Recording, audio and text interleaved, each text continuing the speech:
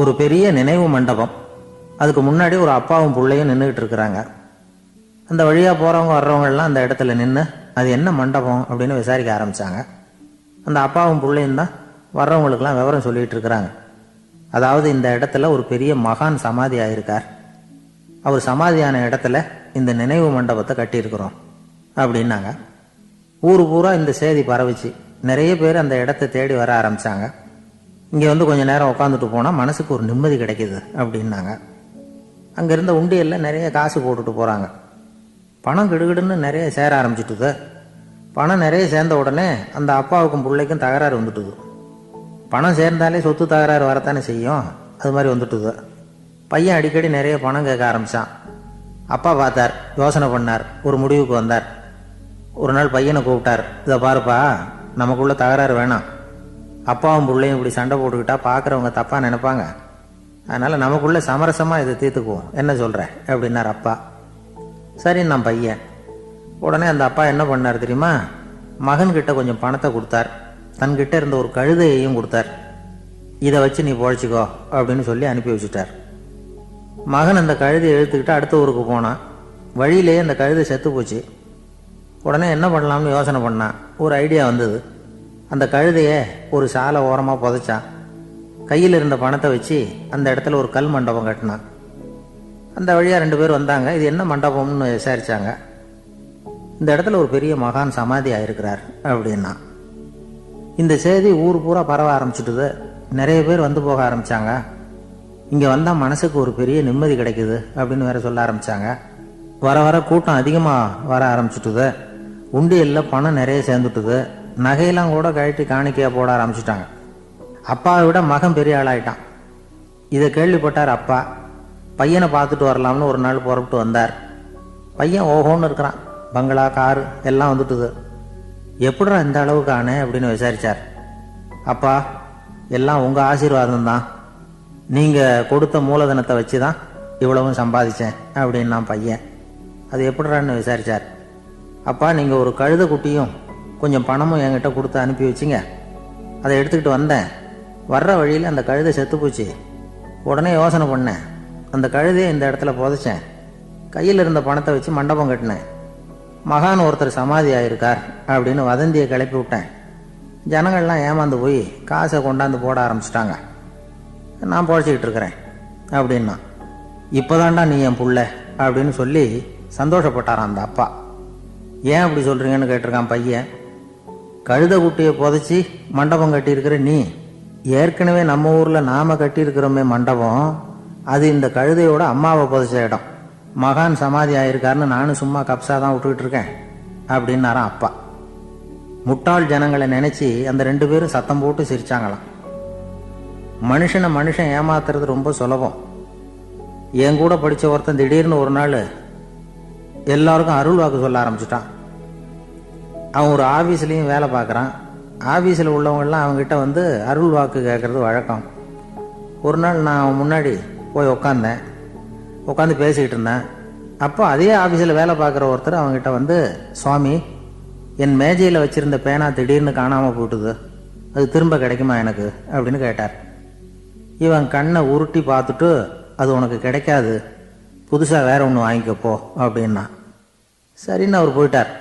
அவர் போனதுக்கப்புறம் நான் மெதுவாக இவனை பார்த்து, அது எப்படிறாது, அது உனக்கு கிடைக்காதுன்னு அவ்வளோ உறுதியாக அவர்கிட்ட சொன்னேன் அப்படின்னு கேட்டேன்.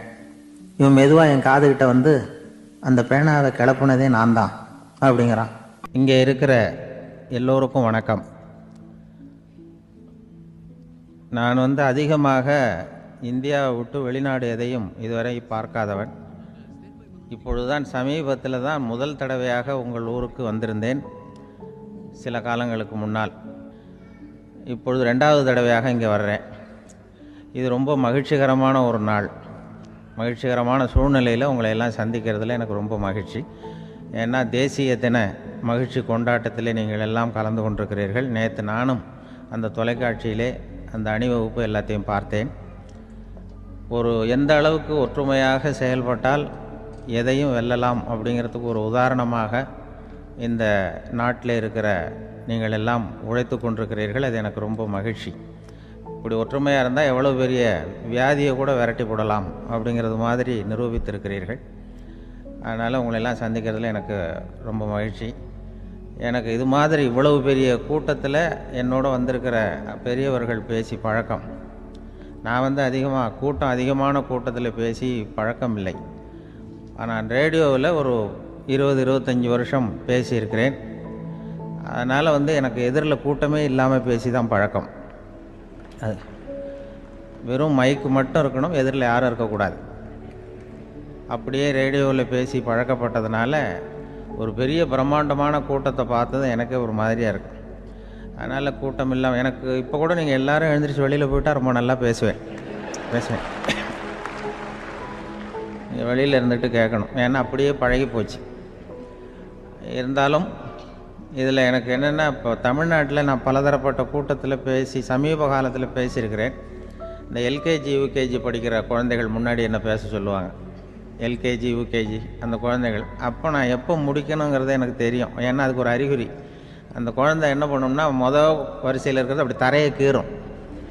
கேச்சுன்னா அது போதும் அப்படின்னு அதுக்கு முடிச்சுக்கோன்னு அர்த்தம். அதை பார்த்து தான் நான் முடிச்சுக்கிறது வழக்கம். கொஞ்சம் பெரிய ஹைஸ்கூல்னால் யாராவது பசங்க 2-3 பேர் கொட்டாவி விடுவாங்க, அதை பார்த்து அதை முடிச்சுக்கிறது வழக்கம். கல்லூரின்னா விசில் அடிப்பாங்க யாராவது 1-2 பேர். இப்படி எனக்கு பலதரப்பட்ட எப்போ முடிக்கணுங்கிறதுக்கு அப்படிலாம் அறிகுறி உண்டு. எனக்கு ரொம்ப பிடிச்சது என்னென்னா, இந்த முதியோர் இல்லங்கள் இருக்குது பாருங்கள். முதியோர் இல்லம், பென்ஷனர் அசோசியேஷன்லாம் இருக்குது தமிழ்நாட்டில். எல்லாம் 60-70 வயசுக்கு மேற்பட்டவர்கள். அவங்க கூட்டத்தில் பேசுகிறது தான் எனக்கு ரொம்ப பிடிக்கும். ஏன்னா நான் பாட்டுக்கு பேசிக்கிட்டே இருப்பேன், அவங்களும் அசையாமல் கேட்டுக்கிட்டு இருப்பாங்க. அதுக்கு என்ன காரணம்னா, காது கேட்காது. அது எனக்கு அப்புறம்தான் தெரியும். பேசி முடிச்சுட்டு இறங்கி போனால் அந்த மொதல் பெஞ்சில் உட்காந்துருக்கிற ஒரு நாற்காலில், என்ன சார் முடிச்சிட்டிங்க போல் இருக்கு அப்படிம்பார். எப்படி சார் கண்டுபிடிச்சிங்க, அதான் இறங்கி வந்தீங்கல்ல அப்படிம்பார். அதனால் அது மாதிரி கூட்டத்தில் ஒன்றும் எனக்கு சுத்தமாக யாரும் இருக்கக்கூடாது எதிரில். இல்லைன்னா அந்த முதியோர் இல்லம் மாதிரி அப்படி காது கேட்காதவங்களாம் உட்காந்துருக்கணும். இங்கே அப்படி இல்லை, எல்லாம் ரொம்ப விழிப்போடு இருக்கீங்க, காதை திறந்து வச்சுக்கிட்டு. அது மாதிரி என்ன போன்ற ஆட்களுக்கு கொஞ்சம் இது பேசுகிறதும் என்ன, சில பேருக்கு என்னென்னா பேச்சு மைக்கை பார்த்ததும் எனக்கு எப்போ நேரங்காலம் தெரியாது, முடிக்கிறதுக்கு தெரியாது. அப்படியும் உண்டு பேச்சாளர்கள் பல ரகம். நான் கூட இப்போ ஒரு ஏற்பாடு பண்ணியிருக்கிறேன். என்னுடைய நண்பர் சுபாஷ்னு ஒருத்தர் வந்திருக்கார். அவர்கிட்ட சொல்லியிருக்கேன், நான் எப்போ முடிக்கணும்னு தோணுதோ அப்போ லேசாக தலையை சொறி நான் முடிச்சுக்கிறேன். என்ன கடிகாரமும் கிடையாது, ஒன்றும் கிடையாது. நான் எப்போ ஆரம்பிக்கிறேன் எப்போ முடிக்கிறேன்னு தெரியாதுன்னு சொன்னேன். இதே மாதிரி கும்பகோணத்தில் சமீபத்தில் ஒரு கூட்டத்துக்கு போகும்பொழுது அந்த ஏற்பாட்டாளரை உட்கார வச்சு, நீ முடிக்கணும்னு தோன்றப்போ தலையை சொரிய நான் புரிஞ்சுக்கிறேன்னு சொல்லிவிட்டு, பெரியோர்களே தாய்மார்களேன்னதும் உடனே தலையை சொன்னாங்க. என்னையா அது உள்ளேன்னா, இல்லை இது தலை அரிக்குது அதனால் சொல்லிடுறேன், நீ அது வேறு மாதிரியாக சொல்லுவேன்னு சொன்னார். அப்படி ஒருத்தர் ஏற்பாடு பண்ணி உட்கார வச்சுருக்கேன் எதிரில். அவர் இன்னும் தலைக்கு கையை கொண்டு போகல, இந்த முதல் வரிசையில் உட்கார வச்சுருக்கிறேன். ஏன்னா இந்த பேசுகிறவங்களுக்கு அந்த கூட்டம் பார்த்துட்டா முடிக்கிறது எப்போ முடிக்கிறது என்ன எதுன்னு தெரியாது. அது ஒரு பேச்சாளர் அவர் பாட்டு பேசிகிட்டே இருந்தாராம், ரொம்ப நேரம் பேசிகிட்டு இருந்திருக்கார்.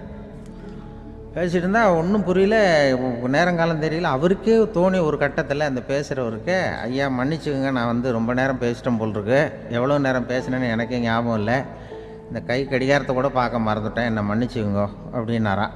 அப்போ கோபமாக ஒருத்தர் எழுந்திரிச்சு, ஏன்யா கடிகாரத்தை தான் மறந்தேன், பின்னாடி மாட்டிருக்கிற கேலண்டரையாவது பார்க்கக்கூடாதா அப்படின்னாராம்.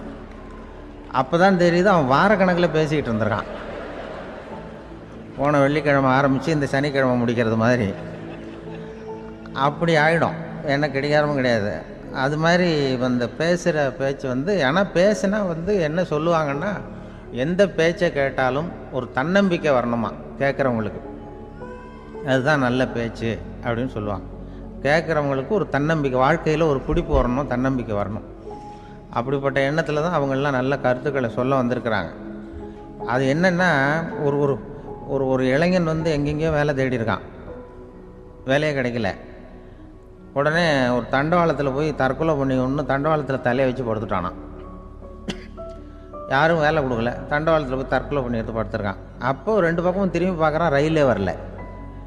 என்னடா தற்கொலை பண்ணால் கூட ரயில் வர மாட்டேங்குது அப்படின்னு சொல்லிட்டு பார்த்துறேன். அப்போ யாரோ ஒருத்தர் பேசிகிட்டு இருக்கார், ஒரு திடலில் கூட்டம், பெரியவர் பேசிகிட்டு இருக்கார்.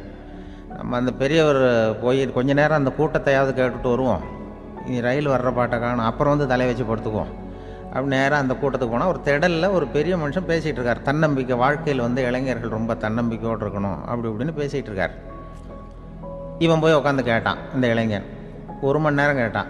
2000 பேர் உட்காந்து கேட்டுக்கிட்டு இருந்தாங்க. உடனே முடிஞ்சு கூட்டம் முடிஞ்சுது, கூட்டம்லாம் கலைஞ்சி போச்சு. அந்த பெரியவர் பேசிக்கிட்டு இருந்தார், அவரை போய் இவன் சந்தித்தான். இளைஞன், ஐயா, நான் வந்து தற்கொலை பண்ணிக்கணுங்கிற எண்ணத்தோடு வந்தேன், தண்டவாளத்தில் தலையை வச்சு படுத்தேன், ரயில் வரல, அந்த நேரம் உங்கள் பேச்சு குரல் தான் கேட்டுது, நான் வந்து உங்கள் பேச்சை கேட்டேன், 1 மணி நேரம் கேட்டேன், கேட்டு முடித்ததுக்கப்புறம் என்னுடைய எண்ணத்தை நான் மாற்றிக்கிட்டேன், நான் இனிமேல் தற்கொலை பண்ணிக்க மாட்டேன் அப்படின்னா. அவர் பேச்சாளருக்கு ரொம்ப பெருமை, இதுதான் ஒரு பேச்சுக்கு அடையாளம், இப்படி தான் இருக்கணும். சரி, அந்த முடிவுக்கு எப்படி நீ வந்தேன்னு கேட்டார். இப்போ உங்கள் பேச்சை இந்த கூட்டத்தில் எவ்வளோ பேர் கேட்டுக்கிட்டு இருந்தாங்க சார் அப்படின்னு கேட்டான். ஒரு 2000 பேர் இருக்கும்பா அப்படின்னார் அவர். அப்போ அந்த இளைஞன் சொன்னானா, ஒரு 2000 பேரை ஒரே நேரத்தில் சாகடிக்கிற நீ உயிரோடு இருக்கிறப்போ நான் எதுக்கு சார் சாகணும்? நான் இது வரைக்கும் யாருக்கும் எந்த கெடுதலும் பண்ணலை, நான் இனிமேல் சாக மாட்டேன் சார்ட்டு போயிட்டானா. அப்படி கேட்குறவங்களுக்கு ஒரு தன்னம்பிக்கை வரணும். அது வந்து எப்படியோ வந்தால் போகிறோம். இப்போ எங்கள் பேச்சை கேட்டுவிட்டோம், அந்த ரகத்தில் வந்தாலும் சரி தான், வாழ்க்கையில் ஒரு பிடிப்பு வரணும். அப்படிங்கிறது தான் ஒரு சிறந்த பேச்சுக்கு அடையாளம்னு சொல்லுவாங்க. அப்படி வந்து அது பண்ணுறது. இதில் என்னென்னா, இந்த மனிதனுக்கு வந்து அந்த சிரிப்பு இருக்குது பாருங்கள், அதை பற்றி சொல்லுவாங்க. நகைச்சுவை, குடும்பத்தில் வந்து நகைச்சுவை உணர்வு இருந்ததுன்னா குழப்பமே வராதுன்னு சொல்லுவாங்க. பேச்சாளர்கள் என்னென்னா, சில பேர் தெளிவாக, அதாவது தெளிவாக பேசி குழப்புறவங்க இருக்கிறாங்க, குழப்பமாக பேசி தெளிவுபடுத்துகிறவங்க இருக்கிறாங்க. அப்படிப்பட்ட பேச்செல்லாம் உண்டு. குழப்பமாக பேசி தெளிவுபடுத்துறது யாருன்னா சித்தர்கள். நம்ம பழைய சித்தர் பாட்டெல்லாம் பார்த்திங்கன்னா படிக்கிறதுக்கு குழப்பமாக இருக்கும், ஆனால் அது கருத்து தெளிவாக இருக்கும். அதுதான் குழப்பமாக பேசி தெளிவுபடுத்துகிறவரெல்லாம் பழைய நம்ம சித்தர்கள். தெளிவாக பேசி குழப்புறவங்க இருக்கிறாங்க சில பேச்சாளர்கள். பேச்சாளருக்கா ஒருத்தன் ஆடு மேய்ச்சிக்கிட்டு இருந்தானா, ஒரு ஆடு மேய்ச்சிக்கிட்டு இருந்திருக்கிறான் ஒரு திடலில். அந்த ஆடு மேய்க்கிற அந்த ஆள் வந்து ரொம்ப தெளிவாக பேசணும்னு நினைக்கிறவன். அவர்கிட்ட போய் கேட்டிருக்கான். அந்த ஆள்கிட்ட போய் ஒருத்தன் கேட்டான், மந்தையில் எத்தனை ஆடுப்பா இருக்குது அப்படின்னா. அப்போ அவன் சொன்னான், நான் ஆடு மேய்க்கிறேன் சார், எதையும் தெளிவாக கேட்கணும், நீ கருப்பு ஆட்டை கேட்குறியா வெள்ளை ஆட்டை கேட்குறியா அப்படின்ட்டுருக்கான். கருப்பு ஆடு அது ஒரு 50 இருக்குது அப்படின்னா. சரி, வெள்ளை ஆடு எத்தனை இருக்குது அப்படின்னா, அதுவும் 50 தான் இருக்குது அப்படின்ட்டுருக்கான். இன்னும் ரெண்டும் ஒரே ஆன்சர் தானே சொல்கிறான் அப்படின்னு சொல்லி, சரி இந்த ஆடெல்லாம் எவ்வளவு புல் சாப்பிடும் ஒரு நாளைக்கு சார், மறுபடியும் தெளிவாக கேளுங்க, கருப்பாடா வெள்ளாடா? கருப்பாடு அப்படின்னா 10 கிலோ சாப்பிடும். சரி, வெள்ளாடு அதுவும் 10 கிலோ சாப்பிடும். ரெண்டுக்கும் அதே தான் சொல்கிறான். சரிப்பா, இது எல்லாம் எவ்வளவு பால் கறக்கும் இந்த ஆடெல்லாம்? சார் திருப்பி திருப்பி சொல்ல, தெளிவாக கேளுங்க, கருப்பாடா வெள்ளாடான்னா? கருப்பாடு தினம் 5 லிட்டர் கறக்கும், வெள்ளாடு அது 5 லிட்டர் தான் கறக்கும் அப்படின்னா. இப்படி இவன் தெளிவாக பேசி இவன் என்ன சொல்லிட்டு வரான்னு தெரியல. ரெண்டும் ஒரே ஆன்சர் தான், அப்புறம் எதுக்கு பிரித்து பேசுகிறேன், ரெண்டும் ஒன்று தாடா சொல்கிறேன்னு இருக்காரு. அப்படி இது ஆரம்பத்திலே கேட்டால் சொல்லிட்டு போகிறேன். ஏன்னா ஏன் அப்படி தெளிவாக பிரித்து கேட்குறேன்னா, அந்த கருப்பாடெல்லாம் எதிர்த்த வீட்டுக்காரனுக்கு சொந்தம் அப்படின்னா. சரி, வெள்ளாடு அதுவும் எதிர்த்த வீட்டுக்காரனுக்கு தான் சொந்தம் அப்படின்னா. இப்போ என்ன பேசினா தெளிவாக பேசி குழப்பிக்கிட்டு இருக்கான்னு அர்த்தம். இப்போ எதுக்கு இந்த அறிகுறி சொல்கிறேன்னா, நான் பேசுகிறது கூட அப்படி தான் இருக்கும். ஏன்னா குழப்பமாக பேசி தெளிவுபடுத்துகிறவர்கள் பின்னாடி வராங்க, அவங்க கொஞ்சம் அவங்க. அதனால் நம்மளால் முடிஞ்ச வரைக்கும் கொஞ்சம் தெளிவாக பேசி உங்களை குழப்பி வச்சோம்னா அவங்க வந்து பின்னாடி பார்த்துக்குவாங்க. அதுதான்.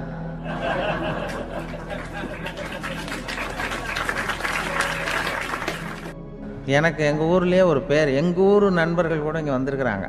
எங்கள் ஊரில் இருக்கிறவங்க இந்த ஊரில் வேலை பார்க்குறாங்கங்கிறது எங்கள் ஊர் பக்கத்து ஊர் இப்போ தான் தெரியும். வந்த பிறகு நண்பர்கள்லாம் வந்து பார்த்தாங்க. எங்கள் ஊர் பையங்கள்லாம் இங்கே இருக்கிறாங்கங்கிறது எனக்கு இப்போ தான் தெரியும்.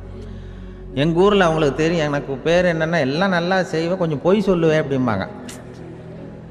அதுக்கு இப்போவும் சொல்லுவாங்க. எங்கள் ஊரில் ஒரு பெரியவர் கேட்டார், உனக்கு சின்ன வயசுலேயே உனக்கு ரேடியோவில் வேலை கிடைக்கும்னு எனக்கு தெரியும்ப்பா அப்படிம்பார் ஒரு தாத்தா. அது எப்படி தாத்தா உங்களுக்கு தெரியும், அவ்வளோ தீர்க்க தரிசனமா?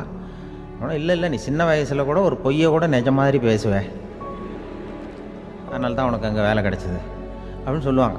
அது மாதிரி இந்த பொய் சொல்கிறதுல கொஞ்சம் அதுதான் என்கிட்ட உள்ள குறையை தவிர, கொஞ்சம் பொய் சொல்லுவேன், வேறு மற்றதெல்லாம் தெளிவாக இருக்கும். இதுவே சொன்னாராம். அதாவது கடவுள்கிட்ட போய் புகார் பண்ணாங்களாம். கடவுள்கிட்ட போய் ஒருத்தர் புகார் பண்ணியிருக்கிறார், நீ படைத்த மனுஷன்லாம் பூலோகத்தில் பொய் சொல்கிறாங்க, ரொம்ப எல்லாரும் பொய் சொல்கிறாங்க, நீ படைத்த மனுஷன் சரியா இல்லை அப்படின்னு கடவுள்கிட்ட போய் புகார் பண்ணாங்களாம். அப்போ கடவுள் சொன்னாராம், என்னை யாரும் ஏமாற்ற முடியாதுப்பா, நான் வந்து அதுக்கு ஒரு ரிமோட் கண்ட்ரோல் மாதிரி ஒன்று வச்சுருக்கேன், இங்கே பாரு, எதிர்த்தாவில் பாரு என்ன தெரியுது அப்படின்னா பிரம்மாண்டமான செவுரு, அதில் லட்சக்கணக்கான எலக்ட்ரிக் பல்புலாம் சொருவிருக்கு, அதெல்லாம். அப்போ கடவுள் சொன்னாராம், புகார் சொன்னவனை கூப்பிட்டு, இதை பாருப்பா, எலக்ட்ரிக் பல்பு, பூலோகத்தில் நாம் படைத்த மனிதர்கள் யாராவது பொய் சொன்னால் இங்கே விளக்கு எரியும், எந்த ஏரியாவில் எவ்வளவு விளக்கு எரியுது அப்படிங்கிறத பார்த்து நான் கண்டுபிடிச்சிருவேன், நான் படைத்த மனிதர்களை என்னை ஏமாற்ற முடியாது, எவ்வளவு பேர் எங்கே பொய் சொல்கிறாங்கிறது இந்த விளக்கை பார்த்து கண்டுபிடிச்சிருவேன் நான் கடவுள். இப்படி சொல்லிகிட்டு இருக்கும்பொழுது எல்லா விளக்கம் எரிஞ்சுதான். அப்போ புகார் பண்ணவங்க கேட்டிருக்கான், இது ஏதாவது ஒயரிங்கில் கோளாறாக இருக்குமா சார், இது ஏன் இப்படி எல்லாம் எரியுது அப்படிங்கிறப்ப கடவுள் சொன்னாராம், இல்லை இப்போ பொறு, இப்போ வந்து சிங்கப்பூரில் தென்கட்சி சுவாமிநாதன் பேசிக்கிட்டு இருக்கார், இன்னும் ஒரு 15-20 நிமிஷத்தில் சரியாக போடும் அப்படின்னாராம். அப்படி சொல்லுவாங்க என்னை பற்றி கொஞ்சம் பொய் சொல்கிறதுங்கிறது, அதுக்காக உங்ககிட்ட வந்து பொய் சொல்ல முடியாது. நான் பொய் சொல்கிறதுனா அந்த முன்னாடி சொன்னேன் முதியோர் இல்லம், அங்கே வேணால் சொல்லலாம், எதை சொன்னாலும் கேட்க போகிறதில்ல, அப்படி சொல்லலாம். ஏன்னா இப்போ இதில் என்னென்னா, இவங்க ஐயாக்கெல்லாம் இங்கே வந்ததும் பெரியவங்கள்லாம் சொன்னாங்க, முஸ்தபா சார்லாம் சொன்னார், இங்கே வந்து முன்னாடிலாம் எங்கள் மனிதர்கள் எந்த அளவுக்கு இப்போ வந்து ரொம்ப ஆக்கப்பூர்வமாக வளர்ந்துருக்கிறார்கள், முன்னாடிலாம் சினிமா நடிகர்களுக்கு தான் இது மாதிரி கூட்டங்கள்லாம் வரும், சினிமா சம்மந்தப்பட்டவங்களுக்கு இது மாதிரி ஏதாவது நல்ல விஷயங்களை பேசுகிறவங்களுக்கு கூட்டம் வர்றது வந்து ஒரு பெரிய ஆரோக்கியமான அறிகுறி, எங்களுக்கெல்லாம் ரொம்ப மகிழ்ச்சியாக இருக்குது சார்னு சொன்னார். அது இப்போ அதுக்கு தான் வந்திருப்பீங்க, வேறு ஒன்றும் இப்போ எங்கள் முகத்துக்காக வந்திருக்க போகிறீங்க, அப்படி ஒன்றும் கவர்ச்சியான முகமா அதுவும், அதனால் வந்து முகத்தை பார்க்குறதுக்கு தான் வந்திருக்கிறாங்க அப்படின்னு சொல்லி. ஆனால் இந்த ரேடியோவில் நான் கொஞ்ச காலம் வெளியில் தெரியாமல் இருந்தேன். அப்போ என்ன பண்ணுவாங்கன்னா, என்ன வருவாங்க, எங்கள் ரேடியோ ஸ்டேஷனுக்கு வருவாங்க, சார் அந்த தினம் ரேடியோவில் பேசுகிறாரு இன்று ஒரு தகவல், அவர் முகத்தை பார்த்துட்டு போகணும் சார் அப்படின்ட்டு வருவாங்க.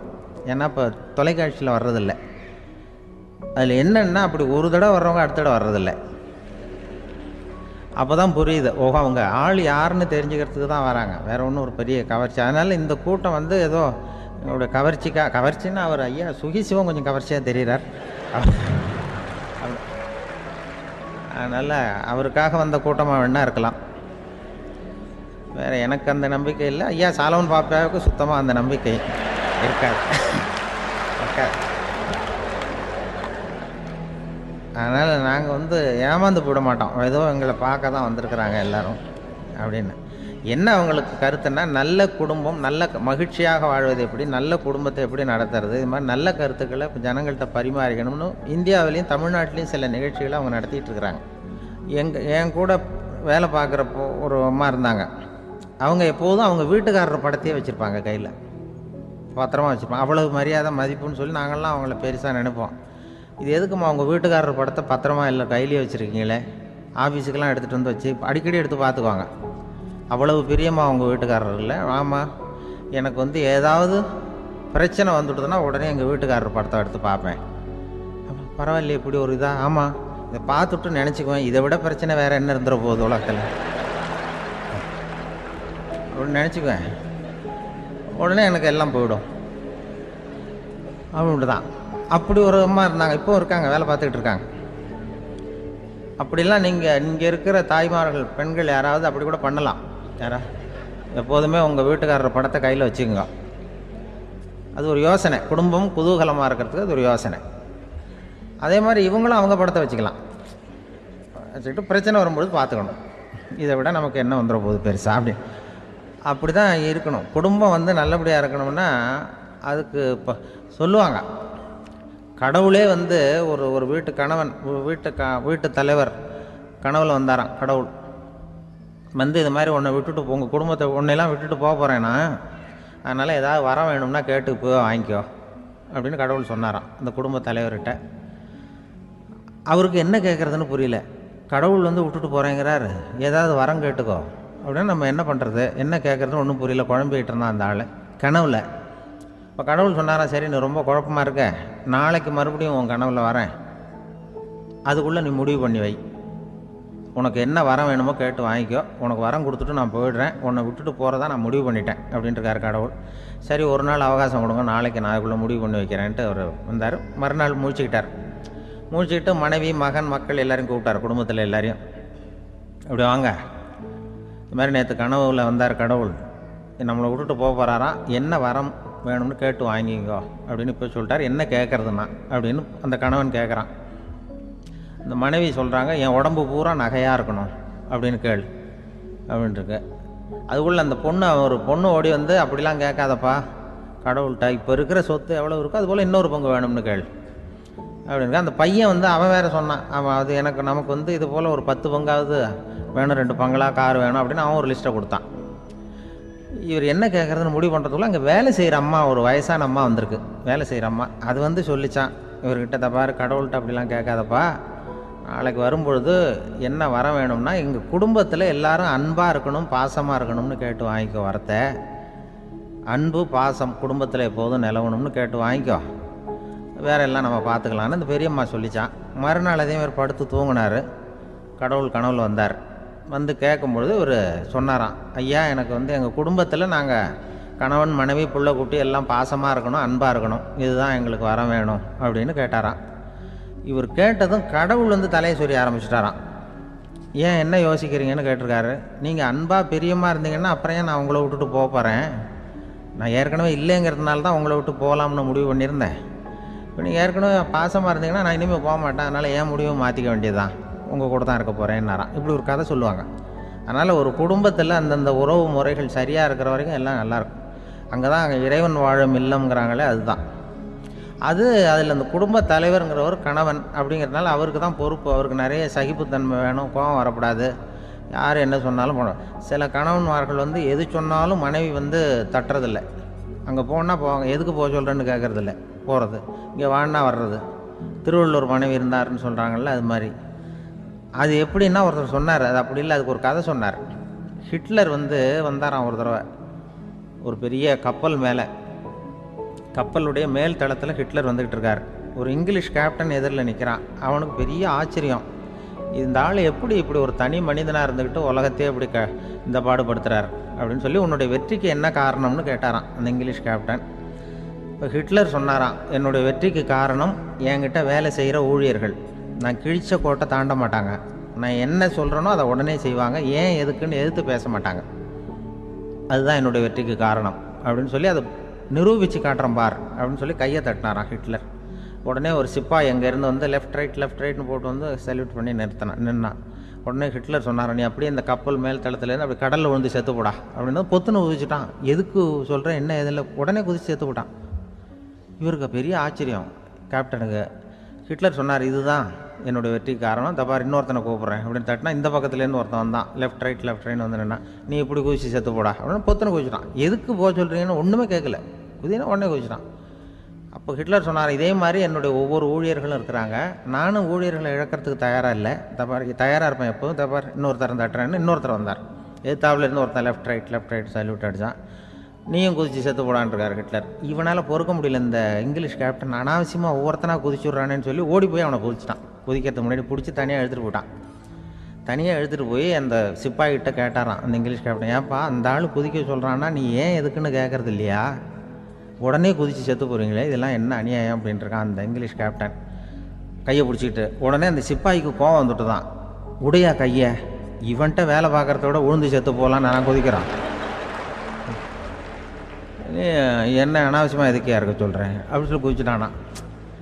அதனால் இந்த உடனே சொல்கிறத செய்கிறாங்க பாருங்கள், அவங்கள நம்பக்கூடாது.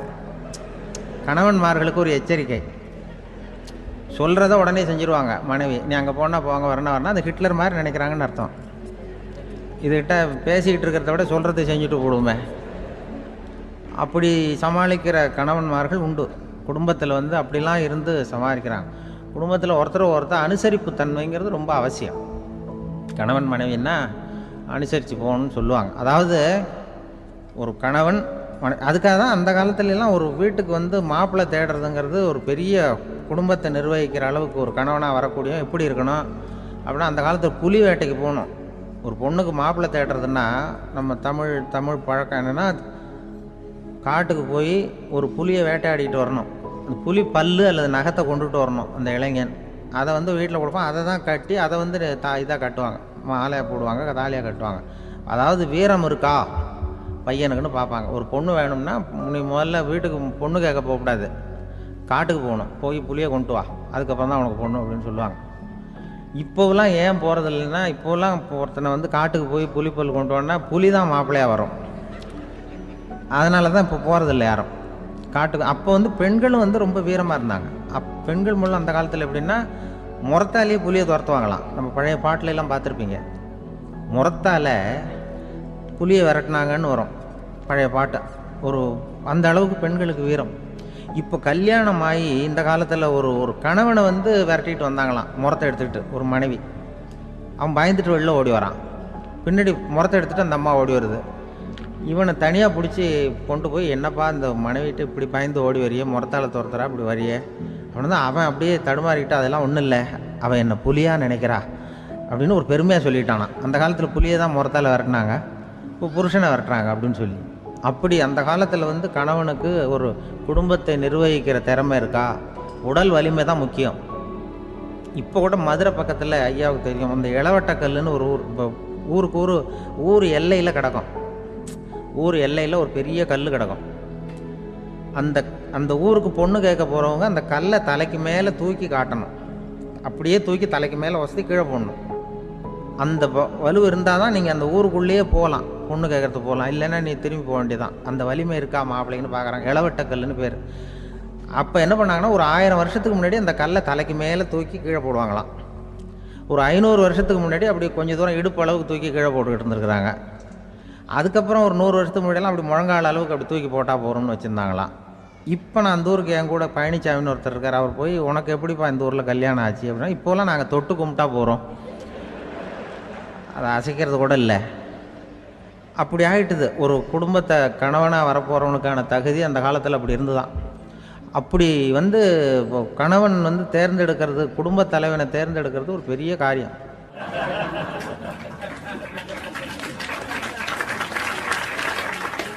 ஒரு பெரிய செல்வந்தர் போட்டி வச்சாராம், ஒரு நீச்சல் குளம், அதில் யார் வேணாலும் குதித்து அந்த பக்கம் போய் கரையிடலாம்.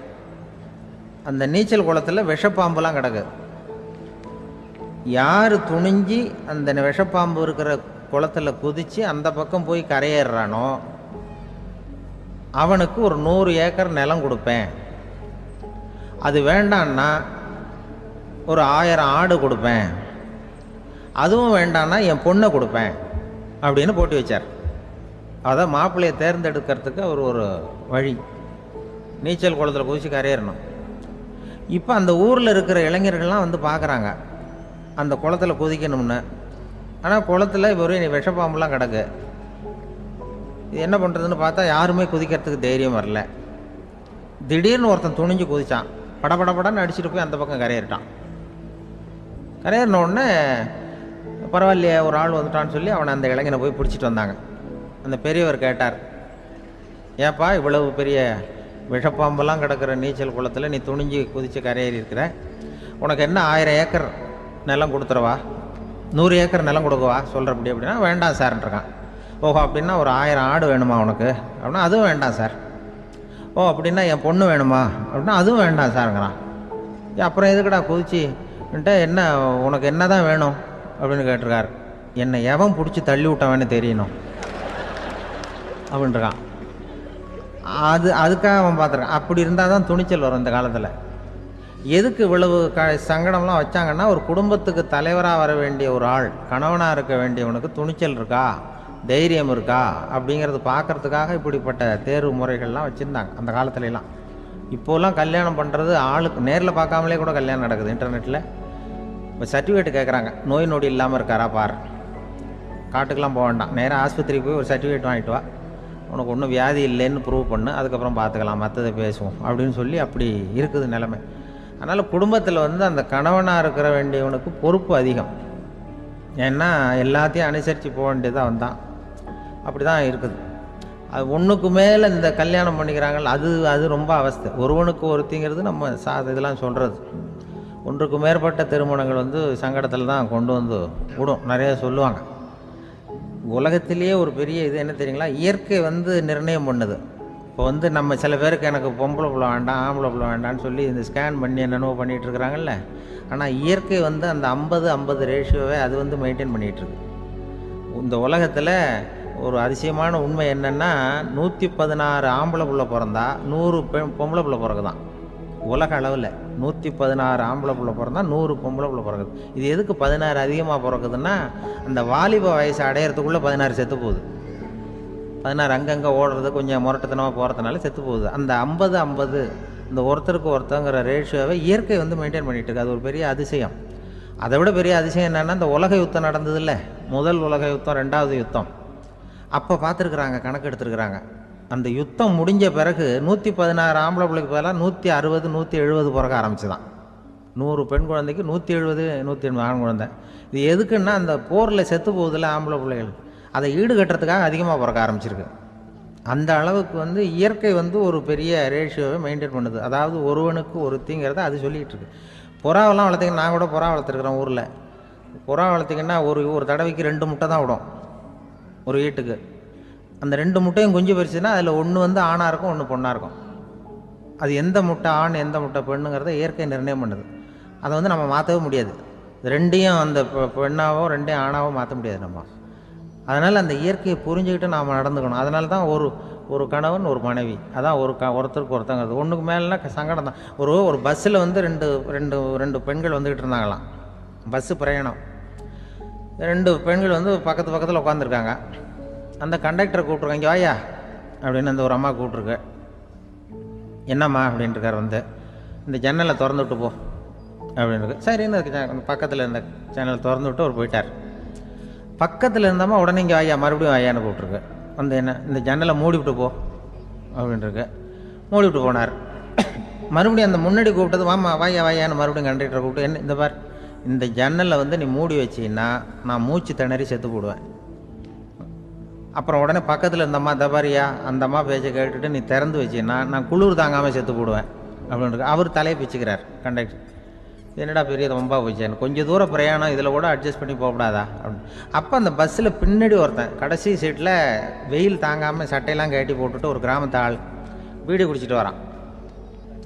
அவர் கூப்பிட்ருக்கான் அந்த ஆள், அந்த கண்டக்டர் இங்கே வாயா அங்கே என்ன தகராறு அப்படின்னு. அந்த எதிர்த்து வீட்டுக்காரன் வந்தானே முன்னாடி பஞ்சாயத்துக்கு, அது மாதிரி கண்டக்டர் இங்கே வாயா, அவன் ஏன் நீ என்ன சொல்ல போகிற அப்படின்ட்டு வந்திருக்கான். சட்டையெல்லாம் கட்டி போட்டு பீடி குடிக்கிறான். பீடி புகையை ஊதிவிட்டு அங்கே என்ன தகராறு அப்படின்னு கேட்டிருக்கான். ஒன்றும் இல்லையா, அந்த அம்மா வந்து ஜன்னலை திறந்தா செத்து போவேங்கிறது, இந்த அம்மா ஜன்னலை மூடுனா செத்து போவேங்கிறது, நான் என்னையா பண்ணுறது ஒரு ஆள், இதுக்கு ஏன் கவலைப்படுறேன், நான் சொல்கிறத கேள், நான் தீர்த்து வைக்கிறேன் பிரச்சனையை அப்படின்னு சொல்லிவிட்டு பீடியை எடுத்துக்கிட்டு புகையை ஊதிவிட்டு சொன்னானா, கொஞ்ச நேரம் அந்த ஜன்னலை மூடி வை, அந்த அம்மா செத்து போவோம், அப்புறம் திறந்து வை, இந்த அம்மா செத்து போவோம், நாம் நிம்மதியாக போகலாம் அப்படின்னு சொல்லிட்டு பீடி குடிக்க ஆரம்பிச்சிட்டான். அவருக்கு கோவம் வந்துட்டுது கண்டக்டருக்கு. உனக்கு என்னையா நீ பாட்டுக்கு சொல்லிட்டு கொடுவ, அந்த 2 அம்மாவும் செத்து போச்சுன்னா அவங்க வீட்டுக்காரனுக்கெல்லாம் யார் பதில் சொல்கிறது அப்படின்னா, கவலையே படாத, 2 பேருக்கும் நான் தான் வீட்டுக்காரன். அதனால தான் அந்த யோசனையை சொன்னேன் அவங்ககிட்ட. அப்புறம் இதுதான், இந்த ஒன்றுக்கு மேலே போச்சுன்னா அது இயற்கைக்கு விரோதம், இப்படிலாம் ஆகும். அதனால தான் அவன் அவ்வளவு ஒன்றுமே வேண்டான்ட்டு கடைசி பெஞ்சில் போய் சீட்டில் உட்காந்துக்கிட்டான். அப்படி அது இயற்கையை புரிஞ்சுக்கிட்டு வாழணுங்கிறது முக்கியம். குடும்பத்தில் வந்து கணவனுடைய பங்கு என்ன, மனைவியினுடைய பங்கு, குழந்தை குட்டிகள்லாம் சொல்லுவாங்க. அப்படி இருக்கணும். கணவன்கிறவனுக்கு நிறைய சகிப்புத்தன்மை தேவைப்படுது. மனுஷனுக்கு வந்து வேல்யூ விஞ்ஞானம் எப்படி போட்டிருக்குன்னா, ஒரு மனித உடம்பில் இருக்கிற கால்சியத்தை மட்டும் தனியாக எடுத்தால் ஒரு சின்ன ரூமுக்கு வெள்ளை அடிக்கலாமா. ஒரு மனுஷ உடம்புல இருக்கிற பாஸ்பரஸை மட்டும் தனியாக எடுத்தால் ஒரு 40 நெருப்பு தயார் பண்ணலாம். ஒரு மனுஷ உடம்புல இருக்கிற இந்த கொழுப்பு சத்தை மட்டும் தனியாக எடுத்தால் ஒரு 7 சோப்பு கட்டி தயார் பண்ணலாம். அது மாதிரி ஒரு மனுஷ உடம்புல இருக்கிற இரும்பு சத்தை மட்டும் தனியாக எடுத்தால் ஒரு 2 அங்குல அணி 2 செய்யலாம். இவ்வளவுக்கும் விலை போட்டால் 42 ரூபா 50 காசு. இதுதான் மனுஷனுக்கு விஞ்ஞானம் போட்டிருக்கிற விலை. அது எப்போ அது ஒசரும்னா, அவன் மனுஷனாக இருக்கிற வரைக்கும் இருக்கிறப்ப. அதுவும் செத்து போனால் அதுவும் கிடையாது, செத்து போனால் அதுவும் குறைஞ்சிரும். மிருகங்களுக்கெல்லாம் அப்படி இல்லை, செத்ததுக்கு அப்புறம் விலை கூடும். அங்கெல்லாம் எல்லா ஊர்லேயும் பார்த்திங்கன்னா உயிர் கோழி 50 ரூபா, உரிச்ச கோழி 60 ரூபான்னு போட்டிருக்கோம். செத்ததுக்கு அப்புறம் 10 ரூபா அதிகம். மனுஷனை வந்து நீ உயிர் மனுஷன் 42 ரூபா 50 காசு, செத்ததுக்கு அப்புறம் 52 ரூபான்னா நீயே வச்சுக்கிடாது, எனக்கு எது கண்டு போடும். அவன் வந்து எப்போ அவனுக்கு வேல்யூ கூடும்னா மனிதனாக வாழும்பொழுது தான் வேல்யூ கூடும். குடும்பத்தில் வந்து அந்த பாசத்தோடு வாழணும்னு கடவுள்கிட்ட கேட்டு சொன்னாங்களே, அதுதான். இந்த சமூகங்கிறதும் ஒரு பெரிய குடும்பம்தான். அதனால தான் இந்த நாட்டுக்குள்ள பெருமையே எல்லாரும் ஒற்றுமையாக இருந்தால் எதையும் சாதிக்கலாம்ங்கிறது தான் இந்த நாட்டுக்குள்ள பெருமை. அப்படி நிரூபித்தோம். அதனால் சமூகங்கிறதும் ஒரு குடும்பம் மாதிரி இருக்கிறது தான் பெருசு.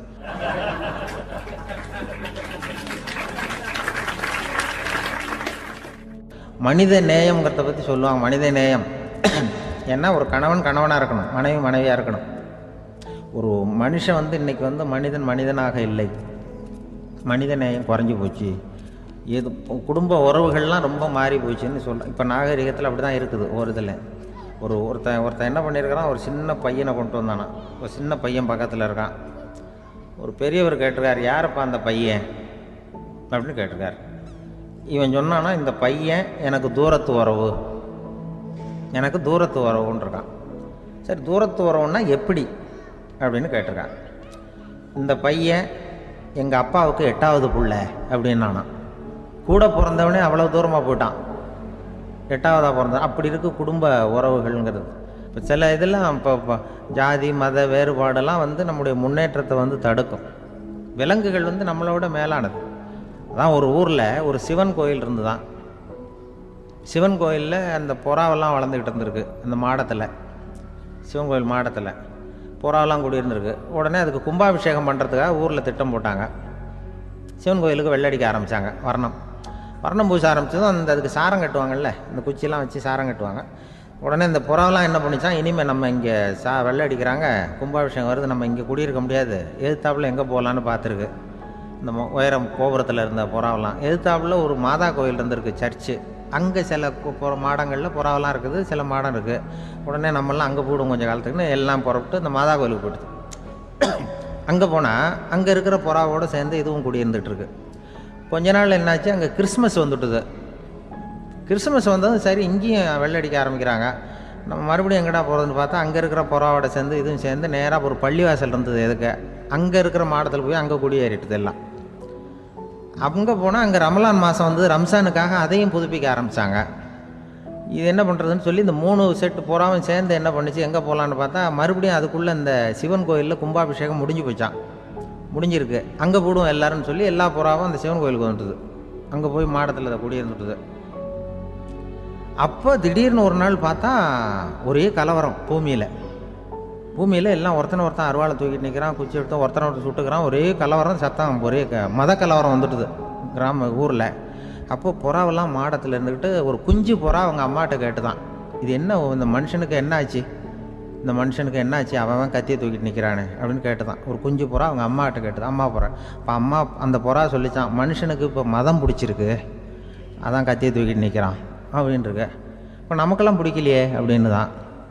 அப்போ அந்த புறா சொல்லித்தான், அந்த பாருமா, நாம் வந்து இந்த சிவன் கோயிலில் இருந்தாலும் நமக்கு புறான்னு தான் பேர், இந்த மாதா கோயிலுக்கு போனாலும் நமக்கு புறான்னு தான் பேர், பள்ளிவாசலுக்கு போனாலும் நமக்கு புறான்னு தான் பேர். அந்த மனுஷன் அப்படி இல்லை. அவன் இங்கே இருக்கிற வரைக்கும் இந்துன்னு சொல்லுவான், அங்கே மாதா கோயில் இருந்தான்னா கிறிஸ்தவன்னு சொல்லுவான், பள்ளிவாசலில் இருந்தான்னா முஸ்லீம்னு சொல்லுவான். அப்போ குஞ்சு புறா அது என்ன இப்படி பண்ணுறாங்க மனுஷங்க, இப்போ அவங்கள விட நம்ம வசதி போல் இருக்க, நம்ம தேவலாம் போல் இருக்க அப்படின்னு தான் அந்த குஞ்சு புறா. அப்போ அந்த தாய் புறா சொல்லித்தான், உண்மைதான், அதனால தான் நம்ம மேலான இடத்துல இருக்கிறோம், அவன் கீழே நிற்கிறான் இன்னமும் அப்படின்னு சொல்லித்தான். இதுதான் அந்த குடும்பம்ங்கிறது, சமுதாயம்ங்கிறது ஒரு பெரிய குடும்பம். அது இந்த புறாகிட்டேருந்து மனுஷன் கற்றுக்க வேண்டியிருக்கு. அப்படி இருக்குது இன்றைக்கி மனுஷனுடைய நிலைமை. அதை வந்து புரிஞ்சுக்கணும். அப்படி தான் ஒவ்வொரு இதுலேயும் நாம் வந்து நடந்து கொள்ள வேண்டியிருக்குது. மிருகங்கள்கிட்டேருந்து கற்றுக்கிற வாய்ப்பெல்லாம் இருக்குது. அப்படி சொல்லுவாங்க. அந்த இதில் வந்து நம்ம குடும்பத்தில் வந்து என்னென்னா, இப்போ இந்த பிள்ளைகளை பற்றி சொல்லுவாங்க. இப்போ ராமர் லட்சுமணர் கதை சொல்லுவாங்க. அதாவது ராமரும் பரதனும் பந்து விளையாடிக்கிட்டு இருந்தாங்களாம் சின்ன வயசில் பந்து விளையாடிட்டு இருந்தாங்களாம். உடனே ராமர் வந்தாராம். வந்து கோசலை அவங்க அம்மா கோசலை மடியில் சோர்ந்து போய் உட்காந்தாராம். சந்தோஷமாக வந்து உட்காந்துருக்கார். அப்போ அந்த கோசலை அம்மா கேட்டாங்களாம், ஏன்ப்பா அப்படி இவ்வளவு சந்தோஷமாக இருக்கே, என்ன காரணம் அப்படின்னு கேட்டிருக்காரு. அப்படின்னு அந்த அம்மா கேட்டிருக்கு. ராமன் சொன்னான்னா, இது என் தம்பியோட நான் பந்து விளையாண்டுக்கிட்டு இருந்தேன், பரதன். அவன் வந்து ஜெயிச்சுட்டான், நான் தோத்துட்டேன். என்னை வந்து அவன் ஜெயிச்சுட்டான். அவனுடைய வெற்றி வந்து எனக்கு சந்தோஷமாக இருக்குது, தம்பியோட வெற்றி, அதனால் நான் சந்தோஷமாக இருக்கேன்னு சொல்லியிருக்கு. அந்த அம்மாவுக்கு ரொம்ப சந்தோஷம், தம்பி ஜெயிக்கிறாங்கிறத பற்றி அண்ணன் வந்து சந்தோஷப்படுறானே அப்படின்னு. கொஞ்ச நேரத்தில் பரதன் வந்திருக்கான். அவன் சோர்ந்து போய் கலங்கி போய் வந்து அதே அம்மா மடியில் உட்காந்துருக்கான். நீ ஏன்ப்பா, நீ தான் ஜெயிச்சுட்டியாமே, நீ என்னத்துக்கு வருத்தப்பட்டுக்கிட்டு வர அப்படின்னு கேட்டிருக்கேன் அந்த அம்மா. அப்போ பரதன் சொன்னானா, நான் ஜெயிக்கணுங்கிறதுக்காக அண்ணன் விட்டு கொடுத்தாரு, தோத்துட்டாரு, அதனால் எனக்கு வருத்தமாக இருக்குது.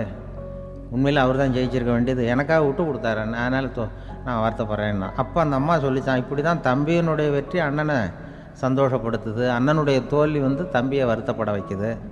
இப்படி தான் இருக்கணும் அண்ணன் தம்பின்னா, அப்படி தான் குடும்பத்தில் இருக்கணும்னு சொல்லி அந்த அம்மா சொன்னதாக சொல்லுவாங்க ராமாயண கதை. அதே போல் இப்போ இதில் வரும், நபிகள் நாயகத்தினுடைய பேரர்கள் பாத்திமாவனுடைய பிள்ளைகள் 2 பேர், ஹசன் ஹுசைன் 2 பேர் நபிகள் நாயகத்தினுடைய பேரன்மார்கள். பாத்திமா, அன்னை பாத்திமாவனுடைய குழந்தைகள். ஹசனும் ஹுசைனும் பேசிக்கிறதே இல்லையா கொஞ்ச நாள். இந்த அம்மாவுக்கு அதை பார்க்குறாங்க, ஏதோ அண்ணன் தம்பிக்குள்ளே ஏதோ தகராறு போல் இருக்கு, ஏன் பேசிக்க மாட்டேங்கிறாங்க அப்படின்னு சொல்லி அந்த பிள்ளைகளை கூப்பிட்டு வச்சு அந்த அம்மா புத்தி சொல்லிச்சான். இதை பாருப்பா, நீ வந்து அண்ணன் தம்பிக்குள்ளே இது மாதிரி இருக்கக்கூடாது. உங்கள் பாட்டனார் ஒரு புத்திமதி சொல்லியிருக்காரு, உனக்கு தெரியுமா? ஒரு முஸ்லீம் இன்னொரு முஸ்லீமோடு 3 நாட்களுக்கு மேல் பேசாமல் இருந்தால் அது அவனை கொலை செய்வதற்கு ஒப்பாகும் அப்படின்னு நபிகள் நாயகம் சொல்லியிருக்கார், தெரியுமா உனக்குன்னு அந்த அம்மா சொல்லிச்சான். அப்போ அந்த தம்பிக்காரர் சொன்னாராம், ஹுசைன் சொல்லியிருக்கார், அதுவும் எனக்கு தெரியும். அதே தாத்தா பாட்டனார் என்ன சொல்லியிருக்காருன்னா, அந்த 2 பேரில் யார் முதல்ல சலாம் சொல்கிறாங்களோ, யார் முதல்ல முன்னாடி பேசுகிறாங்களோ அவங்களுக்கு சொர்க்கம் கிடைக்கும், இறைவனுடைய ஆசி கிடைக்கும்னு சொல்லியிருக்கிறார். அந்த ஆசி அண்ணனுக்கு கிடைக்கட்டுமேங்கிறதுக்காக நான் பேசாமல் இருக்கிறேன் அப்படின்னா. அந்த ராமனும் பரதனும் எப்படி இருந்தாங்களோ அப்படி தான் ஹசனும் ஹுசைனும் இருந்திருக்கிறார்கள். அந்த பாசம்தான் குடும்பத்தில் வேணும். குடும்பத்தில் அண்ணன் தம்பி எப்படி நடந்துக்கணும், அம்மா பிள்ளை எப்படி நடக்கணும் அப்படிங்கிறது தான். ஏன்னா தாய் அம்மாவுக்கு வந்து எப்போதுமே பிள்ளைங்கள் வந்து அம்மா பக்கம்தான் இருக்கும். அம்மா பிள்ளைங்க தான் அதிகம். இதில் ஒரு பெரிய நீதிபதி இருந்தார் சென்னையில், உண்மையாக நடந்தது. சென்னையில் ரொம்ப காலத்துக்கு முன்னாடி காந்தி இருந்த காலத்தில் சென்னையில் ஒரு நீதிபதி, அவர் ஒரு நாள் நீதி கோர்ட்லாம் விட்டு ரொம்ப கஷ்டப்பட்டு ராத்திரி சும்மா போய் உடனே வீட்டுக்கு வரல, கோர்ட்டினுடைய நடவடிக்கை முடிஞ்சு வீட்டுக்கு வராமல் போய் எங்கெங்கேயோ போய் சுற்றிவிட்டு அந்த நண்பர்களோடு அப்படி உல்லாசமாக அப்படி கொண்டாடிவிட்டு நடுராத்திரிக்கு வந்திருக்கிறாரு வீட்டுக்கு 1 மணிக்கு. அப்போ அந்த வயசான அம்மா வாசல்லையே காத்துக்கிட்டு இருக்கு. உள்ளே போச்சு நீதிபதி இன்னும் வந்து சேரலேன்னு வாசல்லே நின்றுட்டு இருந்துதான். அப்போ அது வந்த உடனே பலார்னு அரைஞ்சி விட்டாங்களாம் அந்த அம்மா. ஏன்டா அவ்வளோ தூரம் எங்கே போனேன், என்ன தான் நீதிபதியாக இருந்தாலும் அவங்களுக்கு உள்ள தானே, பலார்னு அரைஞ்சி விட்டாங்க. உடனே அவர் கலங்கி போய் அழுதாராம். மறுநாள் கேட்டிருக்காங்க அந்த பக்கத்தில் இருந்தவங்க, ஏன் நீ வந்து பெரிய நீதிபதி, பெரிய பதவியில் இருக்க, அதனால் உன்னை அவங்க அம்மா அடிச்சிட்டாங்கன்னு அழுதியா அப்படின்னு கேட்டாங்களாம். அப்போ அவர் சொன்னாராம் நீதிபதி, இல்லை நான் வந்து இது மாதிரி எங்கள் அம்மாக்கிட்ட அடிக்கடி அடி வாங்குவேன், எப்போதும் அவங்க அடிக்கிற அடி பலமாக விழும், இப்போ அவங்க அடித்தது எனக்கு வலிக்கவே இல்லை, அந்த அளவுக்கு அவங்களுக்கு வயசாகிட்டுதே, பலம் குறைஞ்சிட்டுதேன்னு நினச்சி அழுதேன் அப்படின்னு இருக்காராம். அதுதான் புள்ள அம்மா பேரில் உள்ள பாசங்கிறது. இதே போல் நான் சொன்னது மாதிரி முன்னாடி இவர் ஒரு இறைநேச செல்வர் ஒருத்தர் இருந்தார். ஒரு அம்மா வந்து எனக்கு அப்பா தண்ணி கொடுப்பா அப்படின்ட்டு படுக்கையில் இருந்த அம்மா. இவர் ஏதோ படிச்சுக்கிட்டு இருந்தவர், ஒரு சின்ன இளைஞர், உடனே ஓடி போய் ஒரு குவளையில் தண்ணி எடுத்துகிட்டு போய் அம்மாவுக்கு முன்னாடி நிற்கிறார். முன்ன அந்த அம்மா அதுக்குள்ளே தூங்கி போச்சு. இவர் அந்த தண்ணியை வச்சுக்கிட்டு அவர் பாட்டு நிற்கிறார். விடிஞ்சு போச்சு. விடிகிற சமயத்தில் அந்த அம்மா முடிச்சு பார்க்குது, பையன் தண்ணியோட கையில் வச்சுட்டு நிற்கிறார். ஏம்மா என்னப்பா நீ ராத்திரி பூரா தண்ணியோடு நின்றுட்டு இருக்கிறியா எனக்கா அப்படின்னு. அப்பா அந்த அவர் சொன்னாராம், ஆமாம்மா ராத்திரி தண்ணி தாகமாக இருக்குன்னு கேட்டீங்க, உடனே தண்ணி கொண்டு வந்துட்டேன். ஓடி வந்து பார்க்கும்பொழுது நீங்கள் தூங்கிக்கிட்டு இருந்தீங்க. தூங்கிட்டு இருக்கும்பொழுது உங்களை எழுப்ப வேண்டாம், தூக்கத்தை கெடுக்க வேண்டாம்னு நான் நினச்சேன், அதனால் எழுப்பலை. தூக்கம் முழிக்கிற சமயத்தில் உடனே தாகமாக இருக்கும், தண்ணி குடிக்கணும்னு ஆசைப்படுவீங்க, அதனால் தண்ணியை பக்கத்துலேயே வச்சுக்கிட்டு நிற்கிறேன் அப்படின்னு அந்த இளைஞர் சொன்னாராம். அப்படியே கட்டி பிடிச்சிட்டு நீ பிற்காலத்தில் பெரிய அறிஞராக வருவேன்னு சொல்லி அந்த அம்மா வரணும்னு சொல்லி இறைவனை வேண்டாங்களாம். அவர் தான் இஸ்லாமிய மார்க்கத்தில், தீன் மார்க்கத்தில் பெரிய ஆளானது. அதாவது ஷர்புதீன் யாஹ்யான்னு ஒருத்தர், அவர் பெரிய இஸ்லாமிய பேரறிஞராக வந்தார். இப்படி அம்மா பேரில் பாசமாக உள்ளவங்களாம் இருந்தாங்க நிறைய. அப்படி அந்த குடும்பத்தில் வந்து அந்த பாசம் நேசம் எவ்வளவு இருக்கோ அவ்வளவுக்கு அவர்கள் உயர்வார்கள்ங்கிறது தான் நம்முடைய பெரிய இதெல்லாம் பெரியவங்கள்லாம் சொல்லியிருக்கிறது அதுதான். அதனால தான் அந்த கணவனுடைய பங்கு என்ன, மனைவியினுடைய பங்கு என்ன, பிள்ளைகளுடைய பங்கு என்னங்கிறத பற்றி ரொம்ப விவரமாக சொல்கிறதுக்காக தான் அதை பற்றி நாம் சிந்திக்க வேண்டிய நேரம் இதுங்கிறதுனால தான். இருக்கிற எல்லாருக்கும் வணக்கம். நான் இப்பொழுது தான் முதல் தடவையாக இந்தியாவை விட்டு வெளியில் வந்திருக்கிறேன். அதுவும் உங்கள் ஊருக்கு வந்ததில் ரொம்ப சந்தோஷம், மகிழ்ச்சி. என்னை பற்றி ரொம்ப பெருமையாக பல வார்த்தைகள்லாம் சொன்னார். அவர் அவ்வளவு பெருமையாக சொன்னதற்கு காரணம் அவ்வளவு நானே அவருக்கு எழுதி கொடுத்தது.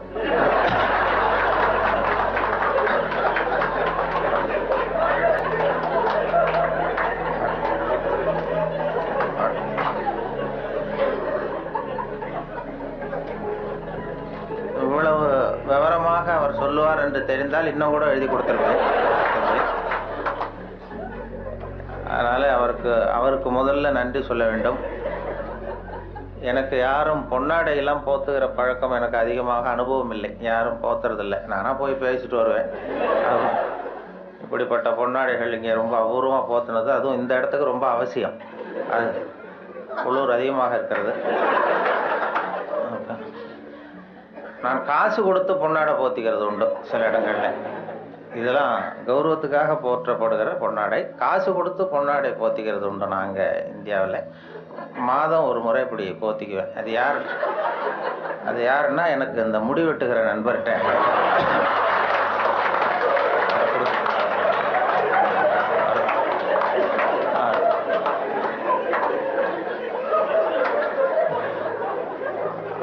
அப்படி போத்தி கொள்வது வழக்கம். அப்படிங்கிறத அவர் புரிந்து கொண்டிருப்பார்னு நினைக்கிறேன். அதுக்கு பிறகு சரி நம்ம இனிமேல் உடம்பு பூரா கடிக்கிறதுக்கு முன்னாடி வந்துடுவோம் இங்கே அப்படின்னு சொல்லி இங்கே வந்துட்டார். இங்கே தான் அவர் கடிபடாமல் இருக்கிறார். அவருடைய சிந்தனை வந்து வித்தியாசமாக நான் பார்த்து அவருடைய புஸ்தகத்தை எப்பொழுதுமே இது மாதிரி புத்தகம் வெளியிடுன்னா அவங்க வெளியிடுற புஸ்தகத்தை பரீட்சைக்கு படிக்கிறது மாதிரி படிக்கிறது. அப்போ தான் அதை பற்றி விவரமாக தெரியும்னு சொல்லி படித்து வச்சுக்குவேன். அவர் புத்தகம் அது மாதிரி ஆரம்பத்தில் சொன்னது மாதிரி செய்திகளை கவிதையாக்கி இருக்கிறாருன்னு சொன்னாங்களே, அது செய்திகளை கூட கவிதையாக்கலை. செய்திகள் ஏற்படுத்தின உணர்வுகளை அவர் கவிதையாக்கியிருக்கிறார். செய்தி அப்படியே கவிதையாக்கிப்பிடல. இப்போ அது மாதிரி இப்போது ஒரு இதில் எங்கேயோ ஒரு இடத்துல பவுன் கிடைக்கிது, பூமியில் காங்கோவிலேயே எங்கேயோ பொண்ணு கிடைக்கிதுன்னு மனிதர்கள் சல்லடை போட்டு அலசுகிறார்கள்னு ஒரு செய்தி. யாரோ மண்ணில் பொண்ணு கிடைக்கிது, தங்கம் இருக்குன்னதும் மனிதர்கள்லாம் போய் கும்பலாக சல்லடை போட்டு சலிச்சுக்கிட்டு இருந்தாங்களாம். இது செய்தி. இதை இவர் பார்க்கும்பொழுது நானும் சலிச்சு பார்க்குறேன், ஒரு மனுஷன் கூட கிடைக்கலையே அப்படிங்கிறார். அதை அப்படியே செய்தி ஆக்கலை. இவர் வந்து அதை தன்னுடைய உணர்வு, அதாவது தமிழில் கவிதை எழுதுறதுக்கு கொடுத்து வைக்கணும் ரொம்ப. என்ன காரணம்னா, மொழியியல் அறிஞர்கள்லாம் என்ன சொல்கிறாங்கன்னா, மொழியெல்லாம் தெரிஞ்சவங்க, மற்ற மொழிகளில் கவிதை இருக்கிறது, தமிழ் கவிதையாகவே இருக்கிறது அப்படின்னு சொன்னாங்க. அப்படி கவிதையாகவே இருக்கிற ஒரு மொழியில் கவிதை எழுதுறதுக்கு நாமெல்லாம் கொடுத்து வைக்கணும். தமிழர்களாக பிறந்ததுக்கும் கொடுத்து வைக்கணும். ஏன்னா நம்மளை விட மற்றவர்கள் நிறைய தெரிந்து வைத்திருக்கிறார்கள் தமிழை. அந்த வெளிநாடு போனவங்கலாம் சொல்லியிருக்கிறாங்க. அந்த இது நயாகரா போய் அமெரிக்காவில் நயாகரா பார்த்தவங்க போயிட்டு பார்த்துட்டு வந்து என்கிட்ட பேசும்போது சொல்லுவாங்க, அங்கே நயாகராவில் நல்வரவுன்னு தமிழ் எழுதி வச்சிருக்கிறாங்களாம். அவங்க போய் கேட்டிருக்கிறாங்க, எதுக்கு இந்த ஊரில் தமிழ் எழுதி வச்சிருக்கிறீங்களேன்னா, உலகத்திலே பெரிய அருவி இது, அதே மாதிரி உலகத்திலேயே பெரிய மொழி தமிழ், அதனால எழுதி வச்சிருக்கிறோம் அப்படின்னு சொன்னாங்க. அவங்களுக்கு தெரியுது. ஆனால் வந்து நம்ம ஊரில் வந்து இங்கிலீஷில் தான் எழுதி வைக்கிறோம். நம்ம அது என்ன அது இருக்கட்டும், இருந்துட்டு போட்டோம் அப்படின்னு. ஆனால் அப்படி எழுதினா தான் கௌரவமாக பார்க்குறாங்க. அதனால் அப்படி எழுத வேண்டியிருக்கு வெளியூரில். அதே மாதிரி சில நாடுகளில், ஜப்பானில் ஒரு பல்கலைக்கழகத்தில் மோட்டோ அதுதான் யாதும் ஊரே யாவரும் கேளிருங்கிறது அவங்களுடைய கொள்கையாக. அதை அப்படியே எழுதி வச்சிருக்கிறாங்களா, யாதும் ஊரே யாவரும் கேளிருங்க. அதை விட சர்வேயர்னு ஒரு விண்கலம் அனுப்புனாங்க செவ்வாய் கிரகத்துக்கு. சர்வேயர் செவ்வாய் கிரகத்தில் மனுஷன் இருப்பானா இல்லையான்னு சோதனை கண்டுபிடிக்கிறதுக்கு இங்கேருந்து அமெரிக்காவிலேருந்து நாசாவிலேருந்து விண்கலம் போச்சு. அப்போ என்னன்னா, அங்கே மனிதர்கள் நம்ம விட முன்னேறியவர்கள், நாகரிகத்தில் பெரியவங்கள்லாம் இருப்பாங்கன்னு ஒரு சந்தேகம் அவங்களுக்கு. அப்படி இருந்தால் அவங்க எந்த மொழியில் பேசுவாங்க, அவங்களுக்கு எந்த மொழி புரிஞ்சிருக்கும் அப்படிங்கிறது ஒரு யூகத்தில் சில பதிவு செய்யப்பட்ட பேச்சுக்களை இங்கேருந்து அனுப்பலாம். இதில் ஏதாவது ஒரு மொழி புரிஞ்சுக்கிட்டு அவன் ஏதாவது பதில் சிக்னல் வரும். அங்கே இருக்கிறவங்க நம்ம விட மேலே முன்னேறியவர்களாக இருப்பாங்கன்னு சொல்லி அப்படி சர்வேயரில் இங்கேருந்து விஞ்ஞானிகள், நாசா விஞ்ஞானிகள் பதிவு செய்த அனுப்பிய மொழிகளில் தமிழும் ஒன்று. ஏன்னா இது புரிந்தவர்கள் அங்கே யாராவது இருப்பாங்கன்னு அவங்களே எதிர்பார்த்தாங்க. ஏன்னா அவ்வளோ பழமையான மொழிங்கிறதுனால. அதே மாதிரி இயேசுவனுடைய வழிபாட்டு கொள்கைகள், 10 கட்டளைகள் அந்த ஒலிவ மலையில் 10 மொழிகளில் கல்வெட்டு மலையில் பொறிக்கப்பட்டிருக்கு. அதில் தமிழ் மொழியிலும் பொறித்திருக்கிறார்கள். இப்படிலாம் கேள்விப்படும்போது அது பொறிக்க வேண்டிய இடத்துல நம்ம ஊரில் பொறிக்கலையேங்கிறது தான் கவலை. அப்படி நிறைய கேள்விப்படுகிறோம் அதை பற்றி. அப்படிப்பட்ட தமிழில் கவிதை எழுதுகிறதுக்கு அவர் கொடுத்து வச்சிருக்காரு. அவருக்கும் அதை அவங்க அம்மையார் சொன்னாங்க, அவங்க எல்லாருடைய வெற்றிக்கும் ஒரு காரணம் பின்னாடி ஒரு பெண்மணி தான் பின்னாடி இருப்பாங்கன்னா அவருடைய வெற்றிக்கு அவருடைய மனைவி தான் காரணம் அப்படின்னு சொன்னாங்க. அது வாஸ்தவம் தான். நான் என்னுடைய வெற்றிக்கு கூட என்னுடைய மனைவி தான் காரணம். ஏன்னா நான் முக்கியமான விஷயம் எழுதும் பொழுதெல்லாம் அவங்க பிறந்த வீட்டுக்கு போயிடுவாங்க. ஏதோ ஒரு வகையில் எப்படியோ ஒரு வகையில் உதவி பண்ணுறது தானே, அதுவும் ஒரு உதவி தான். அதாமல் செய்யாமல் செய்கிற உதவி. அதனால் அவர்களை இந்த நிலைமையிலும் நான் ரொம்ப நன்றியோடு நினைத்து கொள்கிறேன். நான் 2 நண்பர்கள் நாங்கள் ஊர் சுற்றி பார்க்கறதுக்காக வந்தோம். உங்கள் ஊர் அழகை பார்க்கறதுக்காக வந்தவர்கள். அதே நேரத்தில் இப்படி ஒரு வாய்ப்புக்கு அன்பழகன் அவர்களையும் சந்திக்கிற வழக்கு. அவரும் ரொம்ப அழகானவருங்கிறது அப்புறம் தான் தெரிஞ்சது. ஊர் மட்டும் இல்லை, அவரும். அதில் என்ன பொறாமைன்னா அவருக்கும் 60 வயசு, எனக்கும் 60 வயசு. என்னன்னா யாரும் அதனால் நான் வரும்பொழுது அவர் பக்கத்தில் உட்காந்துடக்கூடாதுன்னு நினச்சிக்கிட்டே வந்தேன். ஏன்னா அவர் பக்கத்தில் நான் உட்காந்தா எனக்கு ரொம்ப வயசானது மாதிரி தெரியுது. நல்ல வேலையாக என்னை தனியாக கொண்டு போய் அங்கே உட்கார வச்சது ரொம்ப மகிழ்ச்சி. அவர் நேற்று வரும்பொழுதே நானும் நண்பர்கள் 2 பேரோடு வந்தேன். இப்போ பொறியாளர் ஞானசுந்தரம் அவர்கள் தமிழகத்தினுடைய தலைமை பொறியாளராக இருந்து ஓய்வு பெற்ற வீரபத்திரன் என்கிற அண்ணாச்சி, அவர் வந்திருக்கிறார். 3 பேர் வந்தோம். அவர்கிட்ட தான் கேட்டேன், என்னாச்சு இவருக்கு 60 வயசுன்னா நம்பவே முடியலையே அப்படின்னு சொல்லி நாங்கள் பேசிக்கிட்டோம். அவர் பார்த்ததும் இருக்கும் அண்ணாச்சி, அது நம்மளை ஒப்பிட்டு பார்க்காதீங்க, அது அவர் இப்படித்தான் பாருங்க, நம்மளை கம்பேர் பண்ணி பார்த்தா சந்தேகமாக தான் இருக்கு, அதை பார்க்க வேண்டாம்னு சொன்னார். அப்புறம் இன்னைக்கு பார்த்தோம் இன்னும் ஒரு 5 குறைஞ்சிட்டுது வயசு அப்படின்னு. நேற்று பார்த்ததை விட இன்னும் ஒரு 5 வயசு குறைஞ்சிட்டுதே அப்படிங்கிறது மாதிரி பேசிக்கிட்டோம் நாங்கள். அது ரொம்ப அபூர்வம், அழகாக. அது மனசு சுத்தமாக விட்டு அழகாக இருந்தால் தான் முகம் அழகாக இருக்கும்.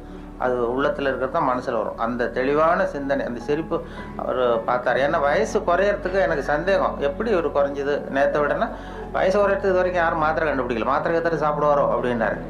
இன்றைக்கு முக்கியமான தகவல் நான் தாமதமாக வந்தது தான். இருந்தாலும் இந்த இன்று ஒரு தகவல் என்கிற நிகழ்ச்சி வானொலியில் 14 ஆண்டுகள் சென்னை வானொலியில் ஒலிபரப்பானது, இடைவிடாமல் நாள்தோறும் 14 ஆண்டுகள் தொடர்ந்து ஒலிபரப்பானதுக்கு காரணம் என்னை வேறு எந்த நிலையத்துக்கும் மாற்றாமல் இருந்தது தான் காரணம். அது தினம் காலையில் ஒரு 5 நிமிஷங்களுக்கு சொன்னோம். அது தொடங்கியதே ஒரு வேடிக்கையான விஷயம். நான் கேன்டீனில் சாப்பிட்டுக்கிட்டு இருக்கும்பொழுது சக ஊழியர்கள்ட்ட பேசிக்கிட்டு இருந்தேன். நீங்கள் இனிமேல் ரேடியோவில் ரொம்ப சிரமப்பட்டு நிகழ்ச்சிகள் தயார் பண்ண வேண்டாம், ஏன்னா தொலைக்காட்சி வந்து விட்டது, அதனால் எல்லோரும் அதை தான் பார்க்க போகிறாங்க, நாம் ஒன்றும் அதிகமாக சிரமப்பட வேண்டியதில்லைன்னு சொல்லிகிட்டு இருந்தேன் வேடிக்கையாக. இது எங்களுடைய இயக்குனர் காதுக்கு போயிட்டுது. உடனே அவர் கூப்பிட்டு இது மாதிரி பேசிக்கிட்டு இருந்தியாமேன்னாரு. ஆமாம் சார்ண்ணே, நாளையிலேருந்து உனக்கு 5 நிமிஷம் காலையில் ஒரு நேரத்தை ஒதுக்கி தர்றோம், ஜனங்களுக்கு உபயோகமான விஷயத்தை சொல்லு அப்படின்னு சொல்லி என்கிட்ட ஒதுக்கி கொடுத்தார். இந்த தவளை தன் வாயால் கேடும்னு சொல்கிறாங்கல்ல, அது மாதிரி அந்த கேண்டீனில் பேச போய் அவரை சொன்னேன். அவர் ஆரம்பிக்கும் பொழுதே இன்று ஒரு தகவல்னு ஆரம்பிக்கலாம், தினம் ஒரு 5 நிமிஷம் பேசினார். சார், இது நான் ஏற்கனவே விவசாய ஒலிபரப்பினுடைய பொறுப்பாளராக இருக்கிறேன், விவசாய நிகழ்ச்சிகளுடைய ஒலிபரப்பு பொறுப்பாளர். அதையும் பார்த்துக்கிட்டு இன்று ஒரு தகவலையும் சொல்கிறதுங்கிறது சிரமமாக இருக்கும். அதனால் ஒரு வாரம் ஒரு நேரம்னு வைத்துக்கொள்ளலாம்னு சொன்னேன், வாரத்துக்கு ஒரு நிகழ்ச்சியாக. இல்லை நீயே சொல்ல வேண்டாம், தொடர்ந்து 1 மாதம் சொன்னால் போதும், அடுத்த மாதத்துக்கு வேறொரு பொறுப்பாளரை நியமிச்சுடலாம் அப்படின்னு சொல்லி தான் அவர் என்கிட்ட அந்த பொறுப்பை படித்தார். 1988 ஜூலை 1 தேதி இதை தொடங்கணும். ஜூலை 30 இந்த கடைசி நேரத்தில் போய் இயக்குனர்கிட்ட சொன்னேன், என்னுடைய கடமை முடிஞ்சது, வேறு அடுத்தவரை ஏற்பாடு பண்ணுங்கன்னு சொல்லி. அப்போ ஐயோ அதை நான் மறந்துட்டேன், திடீர்னு இப்போ இன்றைக்கி நாளைக்கு வேறு ஒருத்தட்ட ஒப்படைச்சோம்னா அவர் சிரமப்படுவார், அதனால் இந்த ஆகஸ்ட் மாதமும் நீயே சொல்லிட்டு வா, செப்டம்பரில் மாற்றிக்கலாம்னு சொல்லி சொன்னார். நான் ஆகஸ்ட் 15 போய் சொல்ல ஆரம்பித்தேன், சார் எங்களுக்கு சுதந்திரம் கொடுங்க, எனக்கு சுதந்திரம் கொடுங்கன்னு. அவர் என்ன பண்ணார், சரி அப்போ அந்த கடைசியில் ஒரு நாள் கூப்பிட்டார், 28ஆம் தேதி வாக்கில் கூப்பிட்டு டிஃபன்லாம் வாங்கி கொடுத்தார், சிற்றுண்டிலாம் வாங்கி கொடுத்தார். ஒரு இயக்குனர் ஊழியருக்கு வாங்கி கொடுக்குறது ரொம்ப ஆச்சரியம், எதுக்கு இப்படிலாம் வாங்கி கொடுக்குறாரு அப்படின்னு சொல்லி நான் யோசிச்சுக்கிட்டு இருந்தேன். இது நான் வெளியில் போகிற இடமெல்லாம் இது நிகழ்ச்சி நல்லா இருக்குன்னு சொல்லிட்டு இருக்கிறாங்க, அதனால் நீயே இதை தொடர்ந்து பண்ணால் நல்லாயிருக்கும் அப்படின்னு சொல்லி அதை தொடர்றதுக்காக அந்த 2 வடை ஒரு டீ வாங்கி கொடுத்தார். அந்த 2 வடைக்கும் டீக்கும் நன்றி உள்ளவனாக இது வரைக்கும் ஒரு 14 ஆண்டுகள் சொல்லிகிட்டு இருக்கேன். அது வேண்டாம்னு சொல்கிறப்ப நிறுத்திக்கலாம்னு அவர் சொன்னார். தொடர்ந்து சொல்கிறது சிரமமாக இருக்கும்னா, இல்லை நீ எப்போ வேண்டான்னு சொல்கிறேன் அப்போ நிறுத்திக்குவோம் அப்படின்னார். நான் வேண்டான்னு சொல்கிற கட்டத்துக்கு வரும்பொழுது அவர் டிரான்ஸ்ஃபர் ஆகி போயிட்டார். அதனால் அதையும் சொல்ல முடியல. 14 ஆண்டுகள் இது ஆரம்பத்தில் எனக்கு சுமையாக தெரிஞ்சுது. ஏன்னா ஒரே நிகழ்ச்சி தினந்தோறும் சொல்ல வேண்டிய கட்டாயம் இருக்கேன்னு. அப்புறம் அது சுகமாக போச்சு, ஏன்னா அது பழக்கப்பட்டு போச்சு. அதுக்கிடையில் இந்த பார்வையற்றவர்கள்லாம் வந்து என்னை தேடி வர ஆரம்பித்தார்கள். பார்வை இல்லாதவர்கள்லாம் வந்து என்னை தேடி வந்து அது யார் இன்று ஒரு தகவல் சொல்கிறவர்னு அப்படி தடவி பார்க்குறது, முகத்தை தடவி பார்க்குறது, அப்படி ஒரு ஆர்வம் அவங்களுக்கு. என்னன்னு கேட்டால், எங்களுக்கு பல புத்தகங்களை படிக்கிறதுக்கு நேரம் இல்லை, நீங்கள் இப்போ எங்களுக்காக பல புத்தகங்களை நீங்களே படிச்சுட்டு எங்களுக்கு சொல்கிறீங்க, அதனால் இதை நிறுத்திடாதீங்க சார், தொடர்ந்து இதை நடத்தணும்னு சொல்லி அவர்கள் தான் எனக்கு ஊக்கம் கொடுத்தவர்கள். அதனால் ஒரு ஊக்கமும் வந்துட்டது. இதை விடக்கூடாதுன்னு சொல்லி தொடர்ந்து அதை உற்சாகத்தோடு செய்ய ஆரம்பிச்சிட்டேன். இப்போ எனக்கு பிடிச்ச தகவல், இது மாதிரி ஒரு பேட்டியில் தான் என்னை கேட்டார்கள். அங்கே இப்போ சென்னையில் வந்து இந்த இப்போ நையாண்டி தர்பார், அரிகிரி அசம்பிளின்னு அந்த வேடிக்கையான நிகழ்ச்சிகள் இருக்கு இல்லையா, அப்போது அந்த அரிகிரி அசம்பிளி நீங்கள் நேயர்கள் இந்த 2 பேர் வந்து நம்மளை எப்படி கிண்டல் பண்ணிக்கிட்டே இருப்பாங்க, ஏதாவது பதில் சொல்லிகிட்டே இருக்கணும். அப்போ அவர்கள் கேட்டாங்க, எங்களுக்காக ஒரு தகவல் சொல்லுங்களேன் அப்படின்னு அந்த 2 பேரும் என்ன கேட்டாங்க. அப்போ சொன்னேன், அந்த தகவல் வேணா இப்போ சொல்கிறேன். அது என்னென்னா, ஒரு ஊரில் திடீர்னு ஒருத்தருக்கு 2 பேருக்கு ஏதோ தலைவலி. அவர் மருத்துவமனைக்கு வந்திருக்கிறாங்க 2 பேரும். டாக்டர், எங்களுக்கு வந்து தலை வலிக்குது, என்னென்னு பாருங்கள் அப்படின்னு சொல்லி கேட்டாங்க. டாக்டர் சோதனை பண்ணி பார்த்ததும் மூளையில் கோளாறு இருக்குது, அதனால் அதை பிரித்து எடுத்து சரியாக மறுபடியும் சரி பண்ணி பொருத்தணும், அதனால் உங்கள் 2 பேரும் இங்கே அட்மிட் பண்ணுறேன்னு சொல்லி அங்கேயே படுக்க வச்சு அந்த 2 பேருடைய தலையை திறந்து மூளையை தனியாக எடுத்து கொண்டு போய் கொண்டு போயிட்டார், லேபரேட்டரி கொண்டு போனார், பரிசோதனை சாலை கொண்டு போய் அதில் சிகிச்சையெல்லாம் பண்ணி மறுபடியும் கொண்டு வந்து இதில் பொருத்திடுறேன்னு எடுத்துகிட்டு போயிட்டார். எல்லாம் சரி பண்ணி கொண்டு வந்து பார்த்தா அந்த 2 பேருமே காணும். இந்த வெறும் தலையோடு இருந்தாங்கல்ல, எங்கேயும் ஆளே காணும். ஐயோ, அந்த 2 பேரும் என்ன ஆச்சுன்னு சொல்லி அந்த 2 மூளையும் சரி செய்த மூளையை இது ஃப்ரிட்ஜில் வச்சுட்டார், குளிர்சாதன பெட்டியில் வச்சு அவங்க எப்போவாவது கண்டுபிடிச்சி அவங்களுக்கு பொருத்தி விடணும்னு சொல்லி வச்சுட்டார். அவங்கள தேடிக்கிட்டு இருக்கிறார், ஆளை காணுமே, நம்ம ஆஸ்பத்திரி வந்து 2 பேர் இந்த வெறுந்தலையோடு ஓட்டானேன்னு சொல்லி. ரொம்ப நாள் கழித்து, ஒரு 6-7 மாதம் கழித்து அவங்கள ஒரு கடத்தரில் 2 பேர் பிடிச்சிட்டார். இவரே டாக்டரே போய் பிடிச்சிட்டார். இங்கே வாங்கப்பா, உங்களை எவ்வளோ நாளாக எங்கே தேடிகிட்டு இருக்கிறோம், உங்கள் மூளை 2 அங்கே பத்திரப்படுத்தி வச்சுருக்கிறேன், இந்த 6 மாதமாக என்ன பண்ணிக்கிட்டு இருந்தீங்க அப்படின்னு கேட்டார். அப்போ அவங்க சொன்னாங்க, அரிகிரி அசம்பிளி நடத்திக்கிட்டு இருந்தோம் சார் அப்படின்னு சொன்னாங்கன்னு சொன்னேன். அதோட நிகழ்ச்சியை முடிச்சுக்கிட்டாங்க அவங்க. மறுபடியும் என்ன கேள்வி கேட்கல. இல்லை, அது மனப்பாடம் எனக்கு படிக்கிற காலத்துலேருந்தே சரியாக வராது, அதனால தான் பலமுறை ஃபெயிலாக இருக்கிறேன் தேர்வில். இது இப்போ வானொலி சாதனம் எனக்கு ரொம்ப பொருத்தமாக இருந்தது. எழுதி வச்சுக்கிட்டு தான் படிக்கிறது வழக்கம். எழுதுறது அப்படியே படிக்கிறதில்ல, வரிக்கு வரி, கொஞ்சம் அந்த பேச்சு வழக்குக்கு மாற்றிக்கிறது வழக்கம். அதனால் வானொலி வந்து எனக்கு அதுதான் என்னுடைய பலமாக இருந்தது. ரொம்ப காலம் வரைக்கும், ஒரு 7-8 வருஷம் இன்று ஒரு தகவல் சொல்லுகிற வரைக்கும் என்னுடைய முகம் வெளியில் தெரியாது, இப்போ தெரியாது, யார் சொல்கிறாங்கங்கிறது தெரியாது. அதனால் இப்போ பேருந்துகள்லேயும் யாராவது இதை பற்றி பேசிக்கிட்டு போகிறத நான் காதில் கேட்டிருக்கிறேன். அப்படி அதனால் எனக்கு முகம் தெரியாத வரைக்கும் எனக்கு கொஞ்சம் பலமாக இருந்தது. தினசரி இப்போ எங்கள் வானொலி நிலையத்தில், சென்னை வானொலிக்கு யாராவது ஒரு 10 பேராவது வருவார்கள் தேடி அந்த அங்கே உள்ள சுற்றுலா வர்றவங்க வானொலி நிலையத்துக்கும் வருவார்கள். அப்படி வரும்பொழுது இந்த இன்று ஒரு தகவல் சொல்கிறவர் யார், அவர் முகத்தை பார்க்கணும்னு வருவாங்க. அப்படி தினம் 10 பேராவது வந்து முகத்தை பார்க்கணும்னு சொல்லி பார்த்துட்டு போகிறது உண்டு. அதில் என்ன ஒரு அதிசயம்னா, ஒரு தடவை வர்றவங்க அடுத்த தடவை வர்றதில்லை. அதனால் அது என்னுடைய யாராவது திரும்பி வருவாங்களான்னு பார்க்குறது உண்டு, வர்றதில்லை. அதனால் நமக்கு முகத்தை காட்டாமல் இருக்கிற வரைக்கும் தான் மரியாதை அப்படிங்கிறது மாதிரி வச்சுருந்தேன். அவசியமாக என்ன ஆகிட்டுன்னா, ஒரு கட்டத்தில் ஒரு கட்டாயமாக சில தொலைக்காட்சிகள் வர வேண்டிய சூழ்நிலை வந்தது. அதுக்கு பிறகு என்னை தேடி வருகிறவர்களுடைய எண்ணிக்கையும் குறைஞ்சிட்டது. அதாவது நானே இளம் வயதில் மயில்வாகனனுடைய ரசிகன். மயில்வாகனம்ங்கிற அவர் அந்த இலங்கை வானொலி தான் கேட்டுக்கிட்டு இருப்போம், அறிவிப்பாளர் கேட்டுக்கிட்டு இருப்போம். நான் சின்ன பையனாக இருக்கும் பொழுது வானொலியில் தினம் அதை வச்சு, அப்போ பெரிய பெட்டி, இப்படி சின்ன பெட்டிலாம் இருக்காது. எங்கள் வீட்டுக்கு தான், எங்கள் கிராமத்துக்கே முதல் தடவையாக அந்த வானொலி பெட்டி வந்தது. அதை ரொம்ப பத்திரமாக ஒரு அறையில் பூட்டி வச்சு அதுக்கு ஒரு பூட்டு போட்டு தினம் மாலையில் கேட்போம். இலங்கை வானொலி தான் கேட்குறது. அப்போ மயில்வாகனுடைய குரல் எங்களுக்கு இளைஞர்களுக்கு நிறைய பேருக்கு பிடித்தம். நாங்கள் நேயர் விருப்பம்லாம் எழுதி போடுவோம், எங்களுக்கு பிடித்த பாடல்களை ஒளிபரப்புங்கள்னு சொல்லி அதெல்லாம் எழுதி போட்டிருக்கிறது உண்டு.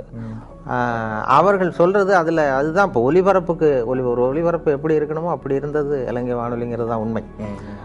இந்திய வானொலியில் கொஞ்சம் அந்த செயற்கைத்தனங்கள் அதிகம் அது இருந்தது. அப்புறம் இப்போ காலப்போக்கில் இப்போ நாங்கள் மாற்றிட்டோம், ரொம்ப இயல்பாக பேசுகிற பழக்கத்துக்கு வந்துட்டோம்.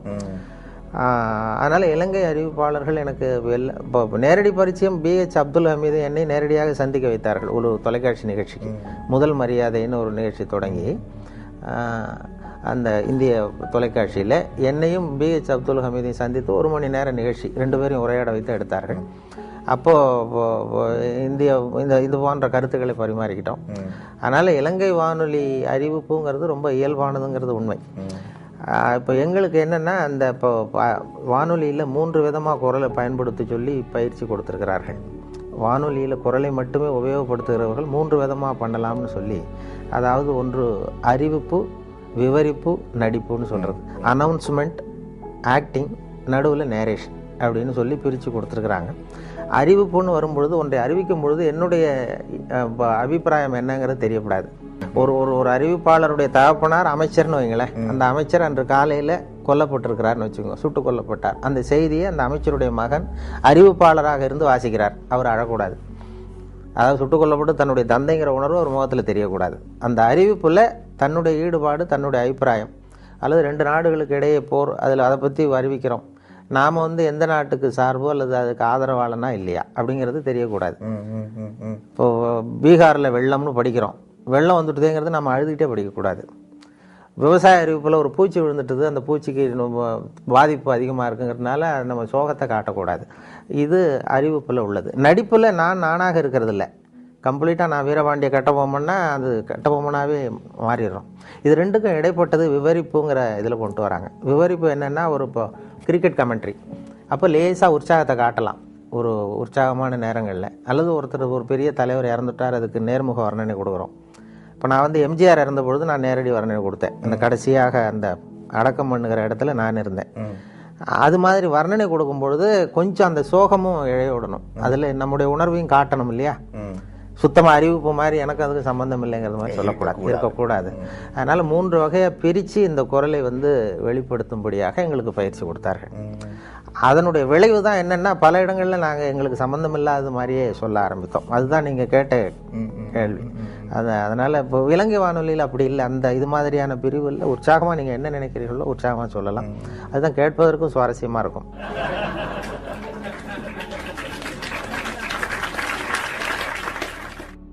இந்த பயம் எங்களுக்கு இருந்தது ஆரம்பத்தில்.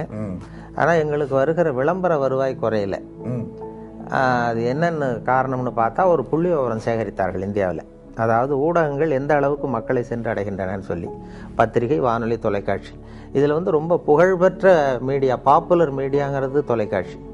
ஆனால் அதிகமாக ரீச் ஆகிறது ரேடியோங்கிறது அந்த முடிவு. பாப்புலாரிட்டிக்கும் அதிகமாக ரீச் ஆகிறதுக்கும் என்ன சம்மந்தம் இல்லாமல் இருக்கேன்னு நீங்கள் யோசிக்கலாம். ஒரு விளம்பரத்தை தொலைக்காட்சியில் கொடுக்கும் பொழுது அந்த தொலைக்காட்சியை பார்க்கிறவர்களுக்கு அது போய் சேர்ந்துருது அந்த விளம்பரம். அதே விளம்பரத்தை ரேடியோவில் கொடுக்கும்பொழுது ரேடியோவை கேட்காதவர்களுக்கும் போய் சேருது. எப்படின்னா, ஒரு தேநீர் கடையில் தேநீர் அருந்துறதுக்காக ஒரு 10 பேர் நின்றுட்டு இருப்பாங்க. அவங்களுடைய நோக்கம் ரேடியோ கேட்கணுங்கிறது இல்லை, டீ சாப்பிடணுங்கிறது தான் நோக்கம். அவங்கள அறியாமலே ஒரு விளம்பரம் 10 பேர் காதில் விழுந்துருது.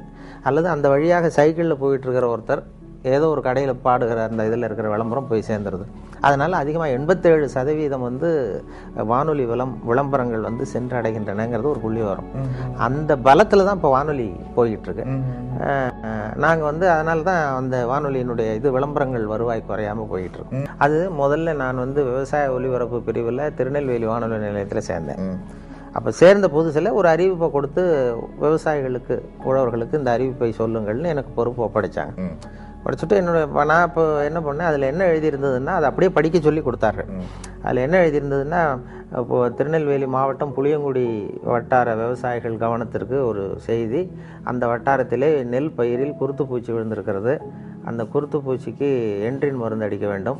1 மில்லி மருந்துக்கு 2 லிட்டர் தண்ணீர் வீதம். 100 மில்லி மருந்தை 200 லிட்டர் தண்ணீரில் சேர்த்து, விசை தெளிப்பான் என்றால் 60 லிட்டர் தண்ணீரிலும், கைத்தெளிப்பான் என்றால் 200 லிட்டர் கரைசலும் தெளிக்க வேண்டும் அப்படிங்கிறது அறிவிப்பு. இதை வானொலிகள் அறிவிக்கணும். அப்படியே படிக்க சொல்லி கொடுத்தார்கள். நான் என்ன சொன்னேன், அதை படிக்கும்பொழுது எனக்கு புரியறது மாதிரி பண்ணிட்டேன். புளியங்குடி வட்டார விவசாயிகளே, உங்கள் வயலில் பூச்சி விழுந்திருக்கிறதாக சொல்கிறாங்க. பூச்சிக்கு மருந்து அடிக்கணும், அது ரொம்ப அவசியம். அது எப்படி மருந்து அடிக்கணும்னா என்ட்ரின் மருந்து அடிக்கணும். ஒரு வாளி தண்ணி எடுத்து வச்சுங்க. அந்த என்ட்ரின் மருந்து பாட்டில் மூடி இருக்கு, அந்த மூடியால் 2 மூடி மருந்தை அந்த வாளியில் ஊற்றுங்க. ஒரு குச்சியால் கலக்கி வயலில் அடிங்க, சரியாக போடும் அப்படின்னு சொன்னேன். அதாவது மில்லி கணக்கை விட்டுட்டு, ஒரு வாளிங்கிறது 18 லிட்டர் 20 லிட்டர் தண்ணீர், ஒரு மூடிங்கிறது 4 மில்லி மருந்து. அதனால ஒரு வாளி தண்ணிக்கு 4 மூடி மருந்து அல்லது 2 மூடி மருந்துன்னு நான் கணக்கு சொல்லி போட்டேன்.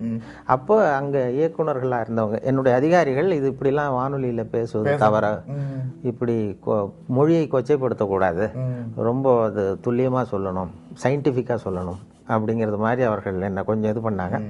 சரி சார், நான் திருத்தி கொள்கிறேன்னு சொல்லியிருந்தேன். அதுக்கு பிறகு அந்த புளியங்குடி வட்டாரத்திலேருந்து விவசாயிகள்லாம் வந்தாங்க வானொலி நிலையத்துக்கு. வந்து அவங்க அதிகாரிகள்கிட்ட பேசும்பொழுது, சார் ரொம்ப காலமாக இந்த விவசாய அறிவிப்புலாம் கேட்டுக்கிட்டு இருக்கிறோம், ஆனால் இப்போ தான் நீங்கள் என்ன சொல்கிறீங்கன்னு எங்களுக்கு புரியுது விளங்குதுன்னு. அப்போ அவங்களே அதிகாரிகளே பார்த்து என்கிட்ட, நீ இனிமேல் இந்த விவசாய நிகழ்ச்சியில் மட்டும் வேணா அப்படி பேசு, மற்ற இதில் வேண்டாம் அப்படின்னு சொல்லியிருந்தாங்க. அதுக்கு மட்டும் அனுமதி கொடுத்தார்கள். அப்படி ஆரம்பிச்சது தான் அது. அப்புறம் அந்த பேச்சு வழக்குங்கிறதுக்கு ஒரு அங்கீகாரம் கிடைச்சிட்டது. அதாவது பாரதியாரே பேசுவது போலவே எழுதுவது சிறப்புன்னு சொல்லி ஒரு இடத்துல சொல்லியிருக்கிறார். ரேடியோ லாங்குவேஜ், வானொலி மொழிக்கே ஒரு இலக்கணம் உண்டுன்னு சொல்வார்கள்.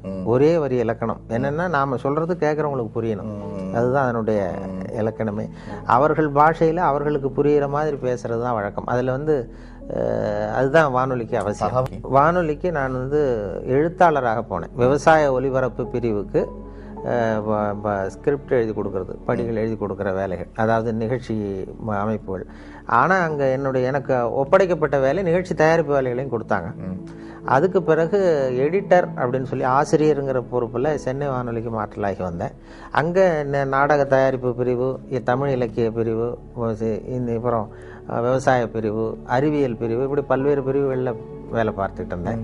அதுக்கு பிறகு ஒரு பதவி உயர்வு, நான் உதவி இயக்குனராக போய் உதவி இயக்குனராக ஒரு சில ஆண்டுகள் இருந்துட்டு அதுக்கு பிறகு ஓய்வு பெற்றேன். வேலையை பொறுத்த வரைக்கும் சென்னையில் திருப்தி, வாழறதை பொறுத்த வரைக்கும் திருநெல்வேலி திருப்தி. ஏன்னா அங்கே ஜன நெருக்கடி இல்லாத இடம், அதனால ஆஃபீஸை விட்டு வெளியில் வந்துட்டா திருப்தியாக இருக்கும். இங்கே ஆஃபீஸுக்கு உள்ள போயிட்டா திருப்தியாக இருக்கும், வெளியில் வந்தால் கஷ்டமாக இருக்கும், பஸ்ஸு பிடிக்கணும் அப்படிங்கிற கஷ்டம். அது வந்து அந்த நிலையங்களில் அது இப்போ நிகழ்ச்சி பொறுப்பாளர்கள் எந்த வேலையும் யாரிடமும் ஒப்படைக்கலாம். அது இப்போ நான் வந்து அது இருக்கும். ஒரு அடுத்த ஒரு பிரிவில் ஆள் இல்லை, அன்றைக்கு அவர் வரலைன்னா அந்த பொறுப்பை நாம் ஏற்றுக்கொள்ள வேண்டிய கடமை இருக்கும். அதுபோல் எனக்கு எல்லா துறைகள்லேயும் ஒரு வேலைகள், பொறுப்புகள் கொடுத்தாங்க. வெளியில் போய் பதிவு பண்ணுறது, பேட்டி எடுக்கிறது, நேர்காணல் பண்ணுறது. முதல் நேர்காணலே நான் விவசாய பிரிவில் இருந்தாலும் என்னை நேர்காணல் பண்ண சொன்னது இந்த நடிகர் தங்கவேலு, K.A. தங்கவேலு, நகைச்சுவை நடிகர், திருநெல்வேலிக்கு வந்திருந்தார் ஒரு நாடகம் நடத்துவதற்காக. அப்போ அவரை பேட்டி காண்றதுக்கு அந்த அந்த அந்த பிரிவில் இருக்கிற நண்பர் வரல. அதனால நான் விவசாய பிரிவில் இருந்தேன். என்கிட்ட ஒரு மைக்கு, அந்த ஒலிப்பதிவு கருவி கொடுத்து, நீ போய் அவரை பேட்டி எடுத்துட்டு வான்னு சொல்லி கொடுத்தாங்க. அதுதான் முதல் தடவை நான் அவர்கிட்ட போகிறேன். எனக்கு இப்போ முன் அனுபவம் கிடையாது, என்ன கேட்குறதுன்னு தெரியல. அதனால் போய் பேசிட்டு, இப்போ என்ன சார் நீங்கள் முதல்ல எங்கே எப்படி நடிச்சிங்க, என்ன வேஷம் போட்டிங்க அப்படின்னு கேட்டேன். நான் அதை ஏன் கேட்குற தம்பி, எனக்கு அனுமார் வேஷம் போட்டு விட்டாங்க. ஒரு நாடகத்தில் அனுமார் வேஷம் போட்டு ஒரு ஸ்டூலை போட்டு ஒரு மூலையில் உட்கார வச்சுட்டாங்க. மற்றவங்கெல்லாம் வசனம் பேசிகிட்டு இருக்கிறான், எனக்கு வசனமே கொடுக்கல. நான் மட்டும் அனுமார் வேஷம் போட்டு மூலையில் உட்காந்துருக்கேன் ஸ்டூலில். இதுதான் எனக்கு கொடுத்த முதல் வேஷம்னார். நான் சொன்னேன், அப்படின்னா ரொம்ப கஷ்டப்பட்டு நடிச்சிருப்பீங்க போல் இருக்கே சார், சிரமப்பட்டுன்னு. அதில் என்ன சிரமம் தம்பி, அதான் வசனம் கிடையாது, அனுமார் வேஷம் சும்மா உட்காந்துருக்கிறது தானேன்னார். இல்லைங்க, அனுமார் வேஷம் போட்டுவிட்டு சும்மா உட்காந்துருக்கிறது கஷ்டம் இல்லையாங்க. அப்போ சிரிச்சார். நான் என்ன மாதிரியே பேசுகிறேன் நீ அப்படின்னார். அப்போ எனக்கு உற்சாகமாக இருந்தது அந்த முதல் நேர்காணலே. என்ன மாதிரியே பேசுகிறேன்னார். அதனுடைய விளைவு என்னென்னா, அவருடைய கடைசி படத்துக்கு நான் தான் குரல் கொடுக்க வேண்டிய கட்டாயம், அவர் மாதிரியே பேச வேண்டிய ஒரு நிலைமை. பெரிய மருதுன்னு ஒரு சினிமா படத்தில் அவர் நடிச்சுட்டு இறந்துட்டார். அப்போ அவருடைய குரலுக்கு கொடுக்கணும்னு சொல்லி என்ன தான் அழைச்சிட்டு போய் அவருக்கு குரல் கொடுத்தேன். அவர் ஆரம்பத்தில் என்னை மாதிரியே பேசுகிறேன்னு சொன்னதும், அவரை மாதிரியே பேச வேண்டிய ஒரு சந்தர்ப்பம் கடைசியில் கிடைச்சதும் ஒரு பெரிய எதிர்பாராத ஒரு ஒற்றுமை. அவர் கலந்து கொண்ட கடைசி நிகழ்ச்சி கூட என்னுடைய மகளுடைய திருமணம் தான். மேடை பேச்சு ரொம்ப ஒரு அசௌகரியமான நிலை தான். இப்போ எனக்கு வந்து நான் ரேடியோவில் தான் பேசி பழக்கமே தவிர மேடையில் அனுபவம் இல்லை. ஆனால் ரேடியோவில் பேசுகிறதுனால இவர் மேடையிலையும் பேசுவார் போல் இருக்குன்னு சொல்லி கட்டாயப்படுத்தி கொண்டு போய் மேடை ஏற்றி விட்டாங்க. அதனுடைய விளைவு தான் அப்படி பேசிட்டு இருக்கிறது. மேடையில் இப்போ ரொம்ப நேரம் பேசுகிறவர்கள்லாம் குறைச்சல். முன்னாடிலாம் மணிக்கணக்கில் பேசிக்கிட்டு இருந்தால் பொறுமையாக கேட்பாங்க. இப்போது எல்லாமே சுருக்கமாக முடியணுங்கிறது மாதிரி. இன்று ஒரு தகவலே கொஞ்சம் புகழ்பெற்றது காரணம் அது சுருக்கமாக முடிகிறதும் ஒரு காரணம். 5 நிமிஷங்களில் முடிச்சுக்கிறோம். அதே தினம் 1 மணி நேரம் இன்று ஒரு தகவல் சொல்கிறேன் அப்படின்னு ஆரம்பிக்கிறதா வச்சுக்குவோம், பொறுமையாக கேட்க மாட்டாங்க. அதனால் மேடை பேச்சுங்கிறது இப்போ ரொம்ப நேரம் பொறுமையாக உட்கார்ந்துருக்கிற மனோபாவம் இல்லை. அதனால தான் வேடிக்கையாக கூட சொல்லுவாங்க, ஒரு மேடை பேச்சாளர் ரொம்ப நேரம் பேசிகிட்டு இருந்துட்டு ரொம்ப சார் மன்னிச்சிங்க சார், நான் கடிகாரத்தை கூட பார்க்க மறந்துட்டேன் இருக்கார். கேட்டுக்கிட்டு இருந்தவர் சொன்னாராம், ஏன் கடிகாரத்தை தான் பார்க்க மறந்தேன், பின்னாடி மாட்டிருக்கிற கேலண்டரையாவது பார்க்கக்கூடாதான் அப்படின்னாராம். அப்படின்னா வாரக்கணக்கில் பேசிகிட்டு இருக்கிறான்னு அர்த்தம். அப்படி அந்த பொறுமை இழந்த எல்லாம் அவசர யுகம். அதனால் எதையும் சுருக்கமாக தெளிவாக சொல்வது முக்கியங்கிற நிலைமை வந்துட்டுது. அதனால் மேடை பேச்சுக்கு வரவேற்பு இருக்குது தமிழகத்திலையும். சரி, அதிக நேரம் காத்துக்கிட்டு இருக்கிறதுக்கு மக்கள் தயாராக இல்லை. அரசியல் இல்லை, இளம் வயதில் எனக்கு அந்த சில பொது உடைமை கட்சிகள் ஈடுபாடு இருந்தது மாணவ பருவத்தில். அதன் பிறகு இதுவரைக்கும் எந்த கட்சியிலுமே இதுவரைக்கும் ஈடுபட்டதில்லை. நான் கொஞ்ச காலம் படித்து முடிச்சுட்டு விவசாய அதிகாரியாக 3 வருஷம் இருந்தேன். அதுக்கு பிறகு உள்ளூர் பஞ்சாயத்து போர்டு பிரசிடெண்ட்டாக இருந்தேன். ஊராட்சி மன்ற தலைவராக 7 வருஷம் இருந்தேன். 1970 77 வரைக்கும். அப்போ எலெக்ஷனில் நின்றேன் உள்ளூரில், கட்சி சார்பு இல்லாமல் நின்று உள்ளாட்சி மன்ற தலைவராக இருந்தேன். அப்போ சில அரசியல் கட்சிகள்லாம் வாங்க அப்படின்னு சொல்லி இப்போ இந்த எம்ஜிஆர் அப்போ தான்